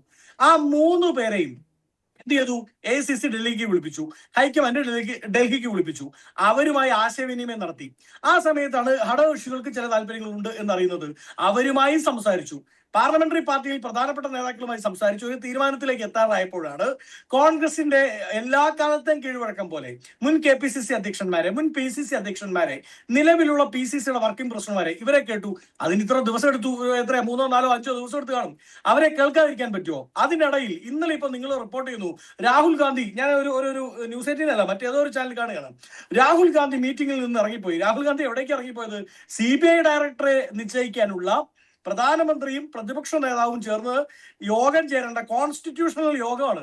അവിടേക്കാണ് രാഹുൽ ഗാന്ധി പോയത്. അതുകൊണ്ടാണ് അത് വൈകിയത്. അതുപോലും മനസ്സിലാക്കാതെ രാഹുൽ ഗാന്ധി യോഗത്തിൽ നിന്ന് ഇറങ്ങിപ്പോയി എന്നൊക്കെ റിപ്പോർട്ട് ചെയ്യുന്ന തരംതാണ മാധ്യമ പ്രവർത്തനം കേരളത്തിലെ ജനത കാണുന്നുണ്ട് എന്ന് ബോധ്യപ്പെട്ടാൽ മതി. 2, കോൺഗ്രസിനെ സംബന്ധിച്ച് എല്ലാ കാലത്തും കോൺഗ്രസിൽ വ്യത്യസ്ത അഭിപ്രായങ്ങൾ ഉണ്ടാവാറുണ്ട്. ആ വ്യത്യസ്ത അഭിപ്രായങ്ങൾ ഉണ്ടാവുന്നത് തന്നെയാണ് ഈ പാർട്ടിയുടെ അടിസ്ഥാനം തന്നെ. അതുകൊണ്ടാണല്ലോ ഗാന്ധി നിർത്തിയ സ്ഥാനാർത്ഥിയെ AICC പ്രസിഡന്റ് സ്ഥാനത്ത് തോൽപ്പിച്ച ചരിത്രമില്ലേ ഉണ്ട്. അപ്പോ ശരി, 885 തൊട്ട് ഇതുവരെ ഒരു മിനിറ്റ്, 885 തൊട്ട് ഇതുവരെ കോൺഗ്രസിൽ ഒരു തീരുമാനം പോലും അതർ ഓപ്ഷൻ ഇല്ലാതെ എടുക്കപ്പെട്ടിട്ടില്ല ഒരു കാലത്തും. അത് സ്വാതന്ത്ര്യത്തിന് മുമ്പാണെങ്കിലും ശേഷമാണെങ്കിലും. അപ്പൊ ഈ അതർ ഓപ്ഷൻ ഉണ്ട്. ആ അതർ ഓപ്ഷൻ ചർച്ച ചെയ്യും. അത് ചർച്ച ചെയ്യുമ്പോൾ സ്വാഭാവികമായും അവരെ ഇഷ്ടപ്പെടുന്നവർ, താല്പര്യപ്പെടുന്നവർ അവരുടെ ക്ലെയിം മുമ്പോട്ട് വെക്കും. അത് എല്ലാ ചർച്ചകൾക്കും ശേഷം ഒരാളിലേക്ക് എത്തും. ആ ഒരാളിലേക്ക് എത്തുമ്പോൾ മറ്റുള്ളവർ മോശമാണെന്നൊന്നുമില്ല, അവരും മിടുക്കന്മാരാണ്. പക്ഷെ താൽക്കാലിക സാഹചര്യം അനുവദിക്കുന്ന പ്രകാരം ഒരാളിലേക്ക് എത്തും. അയാളെ നാളെ പ്രഖ്യാപിക്കും. നാളെ കേരളത്തിന്റെ മുഖ്യമന്ത്രി, ഇന്ത്യൻ നാഷണൽ കോൺഗ്രസിന്റെ മുഖ്യമന്ത്രി ആരാണെന്ന് നിങ്ങൾക്ക് വ്യക്തമാവും. ശരി, എന്തായാലും കോൺഗ്രസിൽ എതിരഭിപ്രായമുണ്ട് എന്നും നിങ്ങൾ ഇങ്ങനെ സമയമെടുക്കുമെന്നും ഒക്കെ ജനങ്ങൾക്ക് ഒരു ബോധ്യമൊക്കെ ഉണ്ടായിരുന്നു. അതൊക്കെ വലിയ ചർച്ചയുമായിരുന്നു. പക്ഷേ മറ്റൊരു ഓപ്ഷൻ ഇല്ല. കേരളത്തെ സംബന്ധിച്ച് ജനങ്ങൾക്ക് മറ്റൊരു ഓപ്ഷൻ ഇല്ലാത്തത് കൊണ്ട് അത് നിങ്ങൾക്ക് വലിയ അനുഗ്രഹമായി മാറി. നിങ്ങൾ പോലും പ്രതീക്ഷിക്കാത്ത വലിയ ഒരു മാൻഡേറ്റായി അത് മാറി എന്നതാണ്. എന്തായാലും അതിന്റെ വലിയ ഭാരമുണ്ട്. ഞാൻ താങ്കളിലേക്ക് വരാം. നമുക്ക് ഒരുപാട് അതിഥികളുള്ള ദിവസമാണ്. താങ്കൾക്ക് ആവശ്യത്തിലധികം സമയം നൽകി. ശ്രീ ജോർജ് പുളിപ്പാറ, താങ്കൾ ഇതുപോലെ ഒരു പ്രൈം ഡിബേറ്റിൽ എന്നോട് പറഞ്ഞു, VD സതീശൻ അല്ല മുഖ്യമന്ത്രിയായി വരുന്നതെങ്കിൽ അത് സ്റ്റീലിംഗ് ദി മാൻഡേറ്റ് ആയിരിക്കും, അതാണ് ഞാൻ പറയാൻ പോകുന്ന പദം എന്ന് പറഞ്ഞിട്ട് താങ്കൾ വലിയ ആവേശത്തിൽ പറഞ്ഞു. ആ ജനവികാരമാണോ ഹൈക്കമാൻഡിന്റെ തീരുമാനം ഇങ്ങനെ വൈകിപ്പിക്കുന്നത്? ഇന്നതാ ഇപ്പോൾ ഒരു പകൽ മുഴുവൻ തീരുമ്പോഴും ഒരു തീരുമാനത്തിലേക്ക് എത്തുന്നില്ല. നാളത്തേക്ക് തീരുമാനം മാറ്റുന്നു. അത് പരമ്പരാഗതമായ രീതികൾക്കപ്പുറം ജനവികാരം ഉൾപ്പെടെ കണക്കിലെടുക്കുന്നത് കൊണ്ടാണോ? താങ്കൾക്ക് എന്ത് തോന്നുന്നു? ഞാൻ രേണുവിന് ഒരു ഉറപ്പ് നൽകാം. നാളെ വൈകിട്ട് ഒരു കമ്മിറ്റ്മെന്റ് ഞാൻ എടുക്കുന്നില്ല. നാളെ രാവിലെ കേരളത്തിന്റെ മുഖ്യമന്ത്രി ഉണ്ടാവും. രേണുവിന് ഞാൻ ഒരു ഉറപ്പ് പറഞ്ഞു പൂർത്തിയാക്ക് വസന്ത്. താങ്കൾക്ക് അധികം സമയം ഞാൻ നൽകിയതാണ്, പറഞ്ഞോളൂ. നാളെ രാവിലെ കേരളത്തിന്റെ മുഖ്യമന്ത്രി ഉണ്ടാവും. രേണുവിന് ഞാൻ ഉറപ്പ് നൽകുന്നു, ഞാൻ വൈകിട്ട് ഒരു കമ്മിറ്റ്മെന്റ് എടുക്കില്ല. അങ്ങ് വിളിക്കുന്ന ചർച്ചയ്ക്ക് വന്നിരിക്കാം. പക്ഷെ ചർച്ചയുടെ ടൈറ്റിൽ കേരളത്തിന്റെ പ്രതിപക്ഷ നേതാവ് ആരാണ് എന്നുള്ളതായിരിക്കണം. ശരി, നമുക്ക് പ്രതിപക്ഷ നേതാവിനെ ചോദിക്കാം. ശ്രീ ജോർജ് പുളിപ്പാറ, താങ്കൾ പറഞ്ഞോളൂ.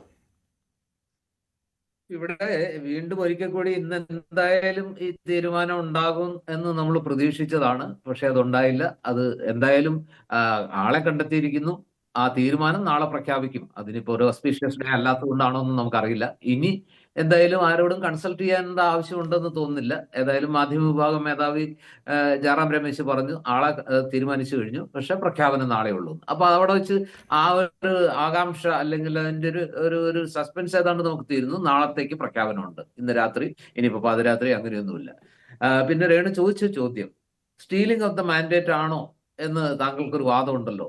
ഞാൻ ഇപ്പോഴും അങ്ങനെ തന്നെയാണ് വിശ്വസിക്കുന്നത്. അതായത് വി ഡി സതീശൻ എന്ന് പറയുന്ന നിലവിലെ കോൺഗ്രസിന്റെ പ്രതിപക്ഷ നേതാവ് അല്ലെങ്കിൽ നിയമസഭയിലെ പ്രതിപക്ഷ നേതാവ് കോൺഗ്രസ്സുകാരനായിട്ടുള്ള വി ഡി സതീശൻ, അദ്ദേഹത്തിന് ഈ മുഖ്യമന്ത്രി സ്ഥാനം നിഷേധിക്കപ്പെടുകയാണെങ്കിൽ അത് വലിയ അളവിൽ അതൊരു സ്റ്റീലിംഗ് ഓഫ് ദ മാൻഡേറ്റ് തന്നെയാണ്.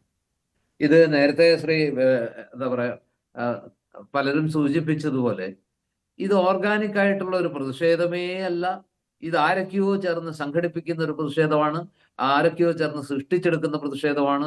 ഇതൊരാൾക്കൂട്ടത്തിന് ഇറക്കി വിടുകയാണ്, അവരല്ല മുഖ്യമന്ത്രിയെ തീരുമാനിക്കേണ്ടത് എന്നൊക്കെ പറയുന്നത് നിങ്ങൾ ഈ യഥാർത്ഥത്തിലുള്ള ഒരു ഗൗരവത്തെ ഉൾക്കൊള്ളാൻ തയ്യാറാകാതിരിക്കുകയോ അല്ലെങ്കിൽ അത് കണ്ടിട്ടും മറ്റു ചില ഉദ്ദേശങ്ങളോടെ അതിനെ ദുർവ്യാഖ്യാനം ചെയ്യുകയോ ചെയ്യുന്നു എന്നാണ് ഞാൻ മനസ്സിലാക്കുന്നത്. ഇത് അങ്ങനെയല്ല. ഇതിപ്പോ കേരളത്തിന്റെ കാസർഗോഡ് മുതൽ തിരുവനന്തപുരം വരെ ജനങ്ങൾ അസ്വസ്ഥരാവുകയും അവിടെയെല്ലാം ഈ പറയുന്ന മുസ്ലിം ലീഗിന് വലിയ എന്താ പറയുക വലിയ സ്വാധീനമൊന്നുമില്ലാത്ത പെരുമ്പാവൂർ പോലുള്ള സ്ഥലങ്ങളിൽ അതുപോലെ മറ്റു പല സ്ഥലങ്ങളിലും ഈ MLA-മാരോട് ചോദിക്കുകയാണ്, എന്തുകൊണ്ട് നിങ്ങൾ വി ഡി സതീശനെ സപ്പോർട്ട് ചെയ്യുന്നില്ല, അല്ലെങ്കിൽ എന്തുകൊണ്ട് നിങ്ങൾ ആ പേര് പറഞ്ഞു ഈ പേര്. അപ്പോൾ ഇത് ഈ പറഞ്ഞ പോലെ ഇത് അങ്ങനെ ഒരു ഫാബ്രിക്കേറ്റഡ് ആയിട്ടുള്ള ഒരു സാധനം അല്ല എന്ന് ആദ്യം തിരിച്ചറിയാം. എന്തുകൊണ്ട് വി ഡി സതീശനെ പിന്തുണയ്ക്കുന്നു എന്ന ചോദ്യത്തിനുള്ള ഉത്തരം, കാരണം അദ്ദേഹമാണ് ഈ കഴിഞ്ഞ 5 വർഷക്കാലമായിട്ട് UDF എന്ന് പറയുന്ന ഈ മുന്നണിയെ നയിച്ചത്.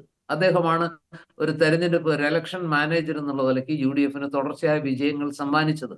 അദ്ദേഹമാണ് ഈ UDF-ന്റെയും കോൺഗ്രസിന്റെയും പ്രവർത്തനങ്ങളെ കുറച്ചുകൂടി ഒരു പ്രൊഫഷണൽ ലെവലിലേക്ക് ഉയർത്തിയത്. അദ്ദേഹമാണ് ഈ സംഘടനയ്ക്ക് ഒരു മിഷണറി, അതായത് ജയിക്കാൻ പോകുന്ന അല്ലെങ്കിൽ ഒരു ആൾക്കൂട്ടമായിട്ട് ഇലക്ഷൻ കാലത്ത് മാത്രം ഇങ്ങനെ പ്രവർത്തിക്കുന്ന ആ ഒരു സംഘടന എന്നുള്ള നിലയ്ക്ക് കേഡർ പാർട്ടികളായ ഇടതുമുന്നണിയെയും അല്ലെങ്കിൽ CPM-നെയും അതുപോലെ തന്നെ BJP-യെയും പോലും ഇലക്ഷൻ മാനേജ്മെന്റിൽ പിന്നിലാക്കുന്ന ആ രീതിയിലേക്ക് ഈ പാർട്ടിയെ കൺവെർട്ട് ചെയ്തത് ഈ മുന്നണിയെ കൺവെർട്ട് ചെയ്തത് അദ്ദേഹമാണ്. അപ്പൊ അതുകൊണ്ട് ജനങ്ങൾ അദ്ദേഹത്തിൽ വിശ്വാസം അർപ്പിക്കുന്നു, അദ്ദേഹത്തിന്റെ മികവിനെ അംഗീകരിക്കുന്നു. അദ്ദേഹമാണ് ഒരു നാച്ചുറൽ ചോയ്സ് ആയിട്ട് കേരളത്തിന്റെ മുഖ്യമന്ത്രി ആകേണ്ടതെന്ന് വിശ്വസിക്കുന്നത് ഒരു തെറ്റാണെങ്കിൽ ആ ജനം ശരിയാണെന്ന് എവിടെ പറയാൻ എനിക്ക് ഒരു മടിയില്ല. കാരണം എന്നും ഈ തെരഞ്ഞെടുക്കപ്പെട്ട MLA-മാർക്കൊക്കെ പല താല്പര്യങ്ങളുണ്ടാവും. കാരണം നേതൃത്വത്തെ കാണുമ്പോൾ സാഹിബിനെ കാണുമ്പോൾ കവാത്ത് ഉറക്കുന്നു പറഞ്ഞ പോലെ അവർക്കൊക്കെ പല താല്പര്യങ്ങളുണ്ടാവും. പക്ഷെ വോട്ട് ചെയ്ത സാധാരണ മനുഷ്യർക്ക് അവർക്ക് താല്പര്യമില്ല. അവരാഗ്രഹിക്കുന്നത് അവരെ നയിക്കാൻ പോകുന്ന അവരാഗ്രഹിക്കുന്ന ആ മുന്നണിയെ ഇത്രയും വലിയൊരു വിജയത്തിലേക്ക് നയിച്ച, അത് കൃത്യമായി പ്രവചിച്ച ആ ഒരു കണക്കുകൂട്ടലുകളൊക്കെ എല്ലാ കണക്കുകൂട്ടലുകളും ഒരുപോലെ കറക്റ്റായി നടത്തിയ ഒരു മനുഷ്യൻ, നിലപാടുകളുള്ള തീരുമാനങ്ങളുള്ള, മതേതരത്വത്തിന് വേണ്ടി ഒരു ഭരണം ഇല്ലെങ്കിലും വേണ്ടില്ല എന്ന് പറയുന്ന, വർഗീയതയ്ക്കെതിരെ അതിശക്തമായ നിലപാടെടുക്കുന്ന ഒരാളെ കുറെ കാലങ്ങൾക്ക് ശേഷം ആ പാർട്ടി ആ മുന്നണി കാണുകയാണ്, ആ ജനങ്ങൾ കാണുകയാണ്. അതിന്റെ ഒരു എന്താ പറയുക ഒരു അഫിനിറ്റി അല്ലെങ്കിൽ അതിൻ്റെതായ ഒരു സ്നേഹം, ഒരു വികാര വായ്പ് ആ മനുഷ്യനോടുണ്ടാകുന്നു. അങ്ങനെയാണ് വലിയ നേതാക്കൾ ഉണ്ടാവുന്നത്. അങ്ങനെയാണ് ഒരു നേതാവ് ഒരു സംസ്ഥാനത്തിന്റെ അല്ലെങ്കിൽ രാജ്യത്തിന്റെ നേതാവാകുന്നത്. നരേന്ദ്രമോദിക്ക് ആ ഒരു സ്നേഹ വായ്പ കിട്ടുന്നുണ്ട്, ആ ഒരു വികാര വായ്പ കിട്ടുന്നുണ്ട്. നമ്മൾ ചോദിച്ചിട്ട് കാര്യമില്ല. ഇന്ദിരാഗാന്ധിക്ക് കിട്ടിയിരുന്നു, ഒരു പരിധിവരെ രാജീവ് ഗാന്ധിക്ക് കിട്ടിയിരുന്നു, മുമ്പ് K. കരുണാകരനും അതുപോലെ തന്നെ കേരളത്തിലെ മുൻ മുഖ്യമന്ത്രിമാരിൽ പലർക്കും VS അച്യുതാനന്ദന് കിട്ടിയിരുന്നു, പിണറായി വിജയനും ഈ തെരഞ്ഞെടുപ്പ് വരെ അതുണ്ടായിരുന്നു. അപ്പൊ അത്തരം ഒരു കാര്യം കോൺഗ്രസിൽ ഒരു നേതാവിന് വരുമ്പോ അല്ലെങ്കിൽ ജനങ്ങൾ സ്വമേധയ എങ്ങനെയാണ് ഇങ്ങനെ ജനങ്ങളെ തെരുവിൽ ഇറക്കാൻ പറ്റുന്നത്? അത്ര എളുപ്പമാണോ അത്? അങ്ങനെ ഈ പ്രകടനത്തിന് ആളെ കൂട്ടിക്കൊണ്ടുവന്നാൽ 500 രൂപയും തച്ചുദേശം കൊടുത്തിട്ട് അല്ലെങ്കിൽ ഭക്ഷണം ബിരിയാണിയും കൊടുത്തിട്ട് ഇങ്ങനെ ആളുകളെ ഇറക്കാൻ പറ്റുമോ? ഇതൊക്കെ വളരെ ഓർഗാനിക് ആയിട്ട് നടക്കുന്ന ഒരു പ്രക്രിയയാണ്. അതിനെ നിങ്ങൾ ഇങ്ങനെ അണ്ടർ എസ്റ്റിമേറ്റ് ചെയ്യരുത്. ആളുകളെ ഇങ്ങനെ വില കുറച്ച് കാണരുത്. അവർക്ക് ഒരു വികാരമുണ്ട്, ആ വികാരത്തിലാണ് അവർ വോട്ട് ചെയ്തത്.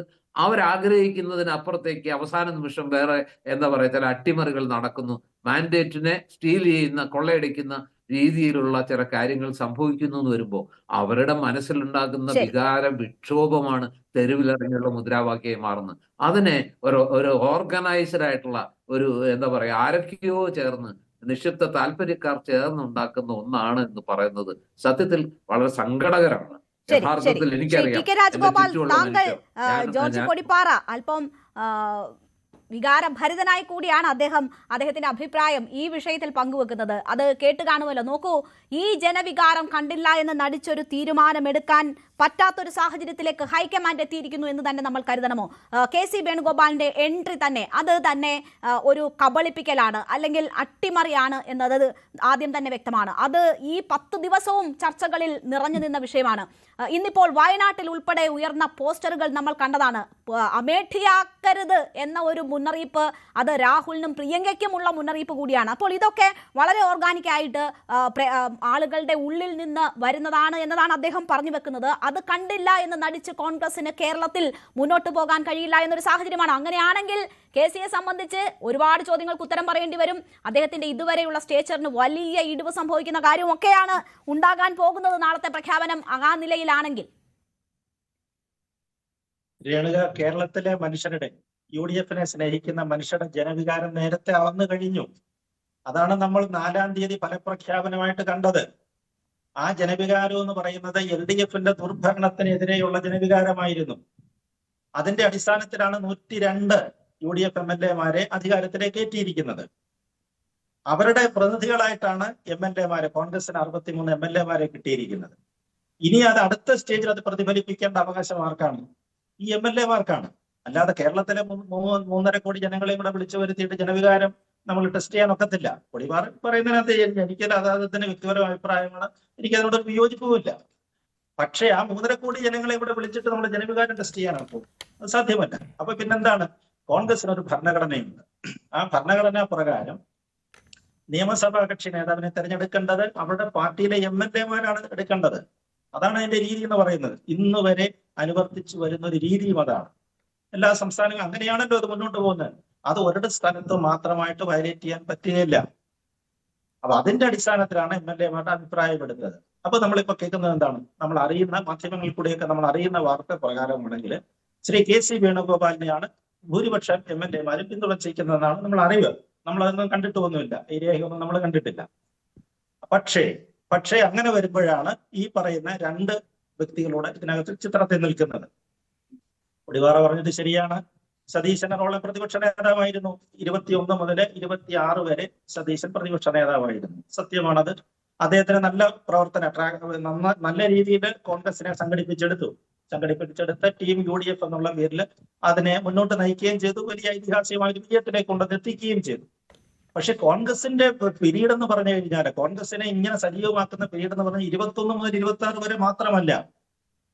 നമ്മൾ ഈ കാർ കമ്പനിക്കാർ പറയുന്നതിലെ ഒരു ലിമിറ്റഡ് എഡിഷൻ പീരീഡ് അല്ല കോൺഗ്രസിന്റെ. ലിമിറ്റഡ് എഡിഷൻ വെഹിക്കിൾസ് ഒക്കെ അവർ ഇറക്കാറുണ്ടല്ലോ എന്ന് പറഞ്ഞതുപോലെ ഇതിന് എത്രയോ പാരമ്പര്യമുണ്ട്. കോൺഗ്രസിന് എത്രയോ പാരമ്പര്യമുണ്ട്. ഒരുപാട് മഹാരഥന്മാരെ ഉഴുതുമറിച്ചിട്ട മണ്ണാണ് കേരളത്തിലെ കോൺഗ്രസിന്റെ എന്ന് പറയുന്നത്. അപ്പൊ അങ്ങനെ വരുന്നതിന്റെ ഒരു പിന്തുടർച്ചയാണ്. അതിന്റെ പിന്തുടർച്ച അവകാശം പറ്റിയിട്ടാണ് നിൽക്കുന്നത്. സതീശനത് ക്ലെയിം ഉണ്ടാകാം. പക്ഷേ 21 മുതൽ 26 വരെയാണ് കേരളത്തിലെ കോൺഗ്രസ് വളരെ സജീവമായത്, അല്ലെ കോൺഗ്രസിന്റെ പ്രവർത്തനങ്ങൾ അത്ര വലിയ ലെവലിൽ വന്നതെന്ന് പറഞ്ഞു കഴിഞ്ഞാൽ നമുക്കതിനെ വിശ്വസിക്കാൻ, നമുക്ക് അത്തരം കാര്യങ്ങൾക്കൊന്നും അംഗീകരിച്ചു കൊടുക്കാൻ പറ്റുകയില്ല അതിനകത്ത്.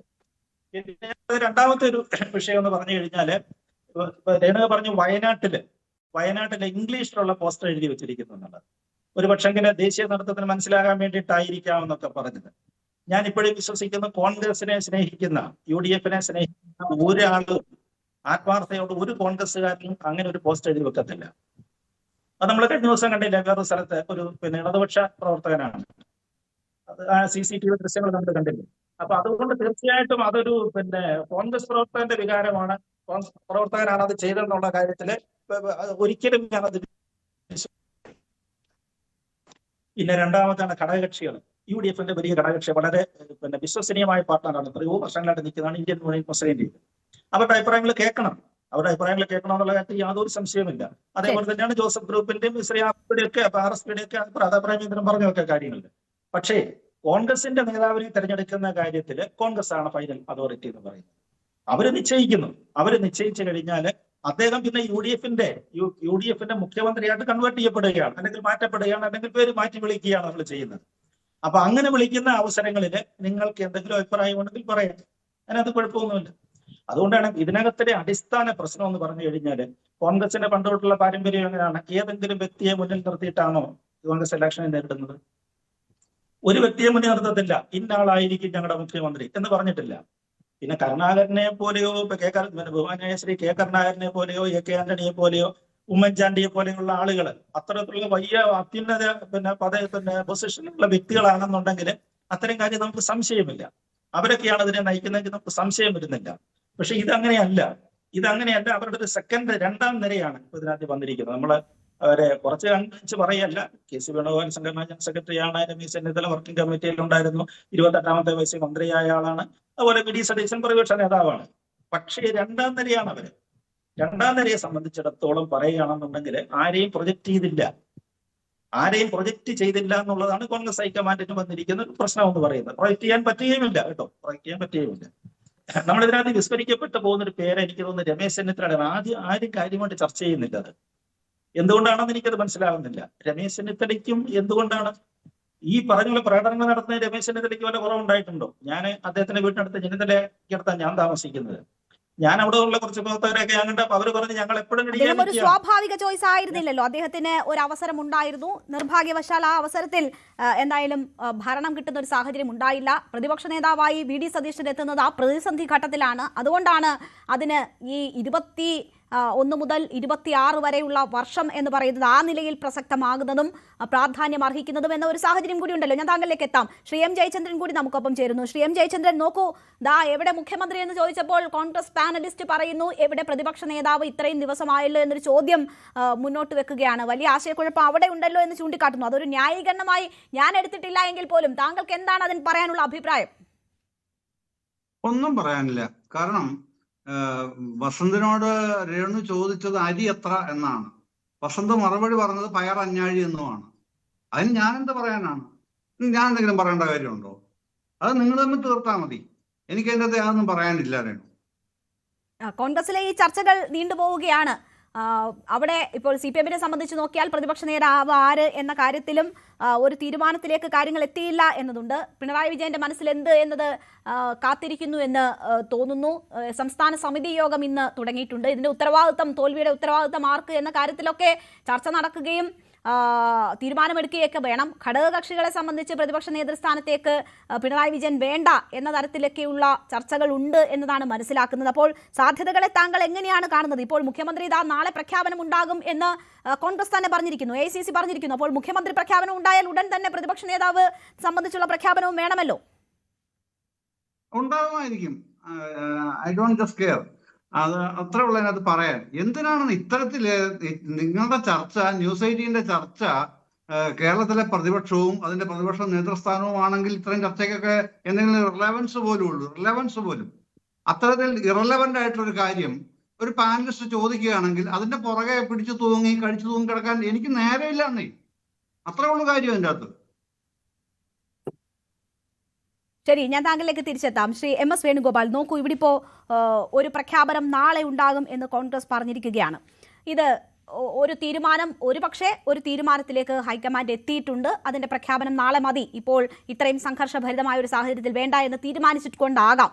അതല്ല എങ്കിൽ ഇനിയും ചർച്ചകൾക്ക് ഉള്ള ഒരു സാധ്യത തേടലാകാം. ഇന്ന് രാവിലെ മുതൽ തന്നെ മാധ്യമങ്ങൾ ഇന്ന് പ്രഖ്യാപനം ഉണ്ടാകുമെന്ന് പറഞ്ഞ ഒരു സാഹചര്യത്തിൽ അവരൊരു ക്ലാരിഫിക്കേഷൻ അക്കാര്യത്തിൽ നൽകിയതുമാകാം. അതിനുള്ള സാധ്യതകളാണ് എനിക്ക് കൂടുതലായി തോന്നുന്നത്. ഇപ്പോൾ ഒരു പ്രഖ്യാപനം ഉണ്ടായാൽ വലിയ സ്ഫോടനാത്മകമായ സാഹചര്യം സംസ്ഥാനത്ത് ഉണ്ടാകുമെന്ന് ഹൈക്കമാൻഡ് കൂടി ഭയപ്പെടുന്നുണ്ടോ? അതിന്റെ സൂചനകളാണോ ഈ വൈകൽ നൽകുന്നത്? നാളത്തേക്ക് എന്ന് പറഞ്ഞ് ഒരു മുൻകൂർ ജാമ്യം എടുക്കുന്നത് അതുകൊണ്ടാണോ? അങ്ങനെ ഒരു സാഹചര്യം ഹൈക്കമാൻഡും ഭയക്കുന്നുണ്ടോ? തീർച്ചയായിട്ടും ഹൈക്കമാൻഡ് വെട്ടിലായിട്ടുണ്ട്. കാരണം ഇവിടെ നേരത്തെ പറഞ്ഞു സ്റ്റീലിംഗ് ഓഫ് മാൻഡേറ്റ് എന്ന് പറഞ്ഞാൽ എന്താണ്? ജനപ്രതിനിധികളെ തിരഞ്ഞെടുക്കും, ജനപ്രതിനിധികൾ പിന്നെ അതിൻ്റെ തീരുമാനമെടുക്കും. അപ്പോൾ ജനപ്രതിനിധികൾ എടുത്ത തീരുമാനം മറികടക്കുന്നെങ്കിൽ അതാണ് സ്റ്റീലിംഗ് ഓഫ് മാൻഡേറ്റ് എന്ന് പറയുന്നത്. ആ സ്റ്റീലിംഗ് ഓഫ് മാൻഡേറ്റ് നാളെ മിക്കവാറും നടക്കുമെന്നാണ് എനിക്ക് തോന്നുന്നത്. അതിൻ്റെ പ്രധാന കാരണം ഇവിടുത്തെ ഘടകകക്ഷികൾ പൂർണ്ണമായും ഹൈക്കമാൻഡ് എടുത്ത അല്ലെങ്കിൽ ഇവിടുത്തെ നിയമസഭാ സാമാജികരെടുത്ത തീരുമാനം, കോൺഗ്രസിൻ്റെ നിയമസഭാ സാമാജികരെടുത്ത തീരുമാനത്തിനെ കവച്ചു വെച്ചുകൊണ്ട് ഘടകകക്ഷികൾ മറ്റൊരു തീരുമാനം പറഞ്ഞിരിക്കുകയാണ്. അതായത് ഇപ്പോൾ വയനാട് ഒരു അമേഠിയാകും എന്ന് പറഞ്ഞിട്ടുണ്ടെങ്കിൽ അത് തീർച്ചയായിട്ടും ഒരു മോശമായ സൂചനയാണ് കാണിക്കുന്നത്. ആരോ ഹൈക്കമാൻഡിനെ ബ്ലാക്ക് മെയിൽ ചെയ്യുന്നു എന്നുള്ളതാണ് അതിൻ്റെ അർത്ഥം. കാരണം രാഹുൽ ഗാന്ധി ആവട്ടെ, പ്രിയങ്ക ഗാന്ധി ആവട്ടെ, അല്ലെങ്കിൽ ഇനി ഇപ്പം സംസാരിച്ച ജയറാം രമേശ് വരെ ഒരു 10 പേരെ ഹൈക്കമാൻഡിന് വേണമെങ്കിൽ ഇവിടെ കൊണ്ടുവന്ന് ജയിപ്പിക്കാൻ കഴിയും. അങ്ങനെ ജയിപ്പിക്കാൻ കഴിയുന്ന 10 പേരെ കോൺഗ്രസിൻ്റെ പ്രധാനികളെ ജയിപ്പിക്കാൻ കഴിയുന്ന ഏക സ്റ്റേറ്റ് കേരളമാണ്. ആ കേരളത്തിൽ പ്രിയങ്ക ഗാന്ധി ജയിച്ച സ്ഥലത്ത് അമേഠി ആകുമെന്ന് പറഞ്ഞാൽ അത് തീർച്ചയായും ഒരു ബ്ലാക്ക് മെയിലിംഗ് ആണ്. ആ ബ്ലാക്ക് മെയിലിങ്ങിലാണ് ഇപ്പോൾ ഹൈക്കമാൻഡ് വെട്ടിലായിരിക്കുന്നത്. തങ്ങൾക്കിനി നാളെ അവരുടെ മുന്നിലെ ചിത്രം 2029 ആ 2029 എന്ത് സംഭവിക്കും എന്നുള്ളതാണ് അവരുടെ പ്രശ്നം. ആ പ്രശ്നത്തിലേക്കാണ് ഇതിനെ വഴി തെളിച്ചുകൊണ്ട് പോകുന്നത്. അതിൽ ഒന്ന് പകച്ചു നിൽക്കുകയാണ് ഹൈക്കമാൻഡ്. എനിക്ക് 99 ഹൈക്കമാൻഡ് പ്രഖ്യാപിക്കുന്നതിന് മുമ്പ് എനിക്ക് പ്രഖ്യാപിക്കാൻ അവകാശമില്ല. ഞാൻ സൂചന നൽകുകയാണ്, ഇതിങ്ങനെ പോയാൽ VD സതീശനായിരിക്കും 90% കേരളത്തിൻ്റെ മുഖ്യമന്ത്രിയാവാനുള്ള സാധ്യത. കാരണം ആ രീതിയിലേക്കുള്ള ബ്ലാക്ക് മെയിലിംഗ് ഇവിടെ നടന്നു കഴിഞ്ഞു. സ്റ്റെയിൽമേറ്റ് ജനവികാരം എന്ന് പറയുന്നതിനെ ബ്ലാക്ക് മെയിലിംഗ് എന്നാക്കണോ? ജനവികാരം ജനവികാരമാണെങ്കിൽ പണ്ട് VS വേണ്ടി നടന്നത് ജനവികാരമാണ്. അത് ആർക്കും തടുക്കാൻ കഴിഞ്ഞില്ല. ലക്ഷക്കണക്കിന് പേർ റോഡിലിറങ്ങി മുദ്രാവാക്യം വിളിച്ചുകൊണ്ട് ഒരു സംഭവം ഉണ്ടായത് അത് ജനവികാരമാണെന്ന് പറയാം. ഇത് ഓരോ കേന്ദ്രങ്ങളിൽ ഒരു സ്ഥലത്ത് രമേശ് ചെന്നിത്തലയ്ക്ക് വേണ്ടി, അപ്പുറത്തെ സ്ഥലത്ത് VD സതീശന് വേണ്ടി, KC ഇവിടെ ഇല്ലാത്തതുകൊണ്ടായിരിക്കും അദ്ദേഹത്തിന് വേണ്ടി ആരും കണ്ടില്ല. അപ്പോൾ ഈ രൂപത്തിൽ വരുന്നു. പിന്നെ ഇന്ദിരാഭവനിൽ ആൾ കൂടിയത് എന്തിൻ്റെ തെളിവാണെന്ന് ചോദിച്ചാൽ ഇന്ദിരാഭവൻ അവരുടെ കേന്ദ്രമാണ്. അവിടെ പല വിഭാഗത്തിലുള്ളവർ കൂടിയിട്ടുണ്ടായിരിക്കും. ഇപ്പോൾ എന്തായാലും കേരളത്തിലെ ജനതയ്ക്ക് ഏറ്റവും വലിയ പ്രശ്നം ഇവിടുത്തെ മുഖ്യമന്ത്രി ആരെന്നുള്ളത് അറിയുകയാണ്. അതിനേക്കാൾ കോൺഗ്രസിൻ്റെ അംഗങ്ങൾക്ക്, കോൺഗ്രസിൻ്റെ പ്രവർത്തകർക്ക് ഏറ്റവും പ്രധാനപ്പെട്ട പ്രശ്നം അവരുടെ ലീഡർ ആരാണ് എന്നുള്ളത് അറിയുകയാണ്. അപ്പോൾ ആ പ്രശ്നത്തിലാണ് ഇവിടെ നിൽക്കുന്നത്. ആ പ്രശ്നം നിൽക്കുമ്പോൾ തീർച്ചയായിട്ടും അവർക്ക് ആകാംക്ഷ കാണും, ആൾക്കൂട്ടം കൂടും. ഇത് പാർട്ടി പ്രവർത്തകരുടെ ഒരു ആൾക്കൂട്ടം മാത്രമാണ് എന്നുള്ളതാണ് സത്യം. പിന്നെ ഇതിനകത്ത് എന്താ പ്രധാന കാര്യം എന്ന് വെച്ചാൽ സംഘടിതമായ ഒരു വിഭാഗവും അസംഘടിത വിഭാഗമുണ്ട്. ഈ വോട്ട് ചെയ്തവർ മുഴുവൻ സംഘടിതമായതല്ല. സംഘടിതമായ വിഭാഗങ്ങളാണ് ഇപ്പോൾ ആൾക്കൂട്ടമായിട്ട് വന്നിരിക്കുന്നത്. അസംഘടിതരായ നിരവധി പേരിവിടെ വോട്ട് ചെയ്തിട്ടുണ്ട്. നേരത്തെ ശ്രീ രാജഗോപാൽ പറഞ്ഞ പോലെ ഇവിടെ വോട്ട് ചെയ്തവർ മുഴുവൻ വോട്ട് ചെയ്തത് ഒരു ഭരണവിരുദ്ധ വികാരത്തിന്, ഒരു മാറ്റത്തിനാണ് വോട്ട് ചെയ്തത്. ആ മാറ്റത്തിൻ്റെ വോട്ടാണ് ഇപ്പോൾ ജനവികാരമായിട്ട് വ്യാഖ്യാനിക്കുന്നത്.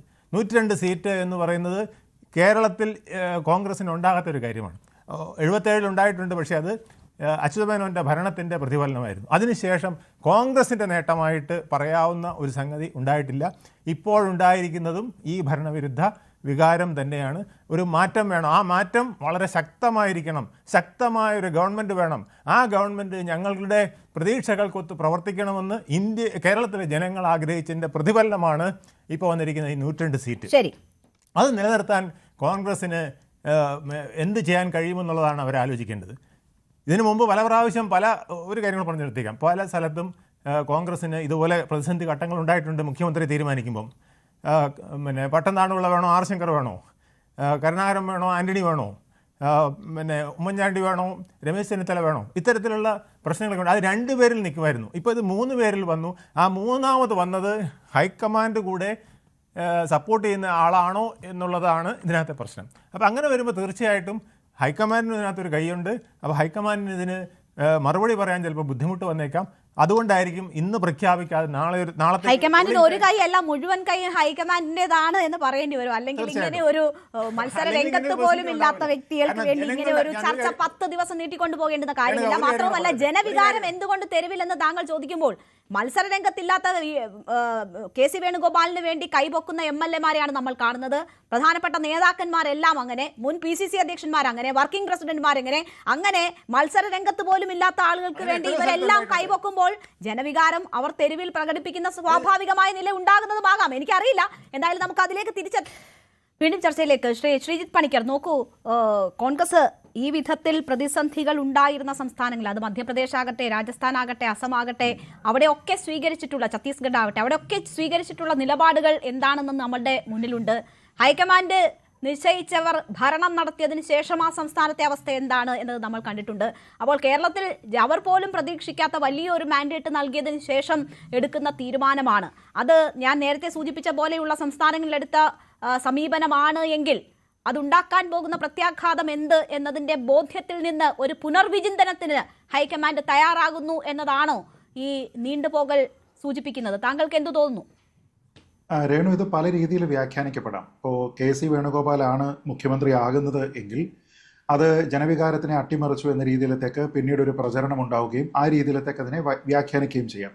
വി.ഡി. സതീശനാണ് ആകുന്നത് എങ്കിൽ പാർലമെന്ററി പാർട്ടിയിലുള്ള ആൾക്കാരുടെ താല്പര്യത്തിന് വിരുദ്ധമായിട്ടുള്ള ഒരു തീരുമാനം ഘടകകക്ഷിയായിട്ടുള്ള മുസ്ലിം ലീഗിന്റെ നിർബന്ധത്തിന്റെ അടിസ്ഥാനത്തിൽ എടുക്കാനായിട്ട് ഹൈക്കമാൻഡ് നിർബന്ധിതമായി എന്ന രീതിയിലത്തേക്ക് അത് വ്യാഖ്യാനിക്കപ്പെടാം. കാരണം ആ രീതിയിലത്തേക്കുള്ള ഒരു നറേറ്റീവ് ഓൾറെഡി ഉണ്ട്. ഇപ്പോൾ കോൺഗ്രസ് ഭരണത്തിൽ വന്നു കഴിഞ്ഞാൽ അവിടെ മുസ്ലിം ലീഗിന്റെ ബാക്ക് സീറ്റ് ഡ്രൈവിംഗ് ആണ് നടക്കാൻ പോകുന്നത് എന്നുള്ള ഒരു പ്രചരണം നിലവിൽ തന്നെ അന്തരീക്ഷത്തിലുണ്ട്. ഇനി രമേശ് ചെന്നിത്തലയാണ് വരുന്നത് എങ്കിൽ തമ്മിൽ അങ്ങോട്ടും ഇങ്ങോട്ടും കണ്ടുകൂടാത്തത് കൊണ്ടാണ് അവസാനം കോംപ്രമൈസ് കാൻഡിഡേറ്റ് ആയിട്ട് രമേശ് ചെന്നിത്തല എടുത്തത് എന്ന രീതിയിലത്തേക്കുള്ള ഒരു നറേറ്റീവും വരാം. അപ്പോൾ നാളെ ഏത് പേര് വന്നു കഴിഞ്ഞാലും ഇതുമായി ബന്ധപ്പെട്ട നറേറ്റീവുകളുടെ ഒരു ഘോഷയാത്ര ഉണ്ടാകാനുള്ള സാധ്യത ഇവിടെ ഉണ്ട്.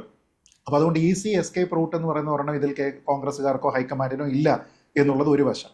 ഇനി കെ.സി. വേണുഗോപാൽ മുഖ്യമന്ത്രി ആവുകയാണ് എങ്കിൽ സത്യത്തിൽ അത് ജനവിധിയെ തട്ടിയെടുക്കുന്നതിന് സമമാണ് എന്ന് തന്നെയാണ് ഞാനും കരുതുന്നത്.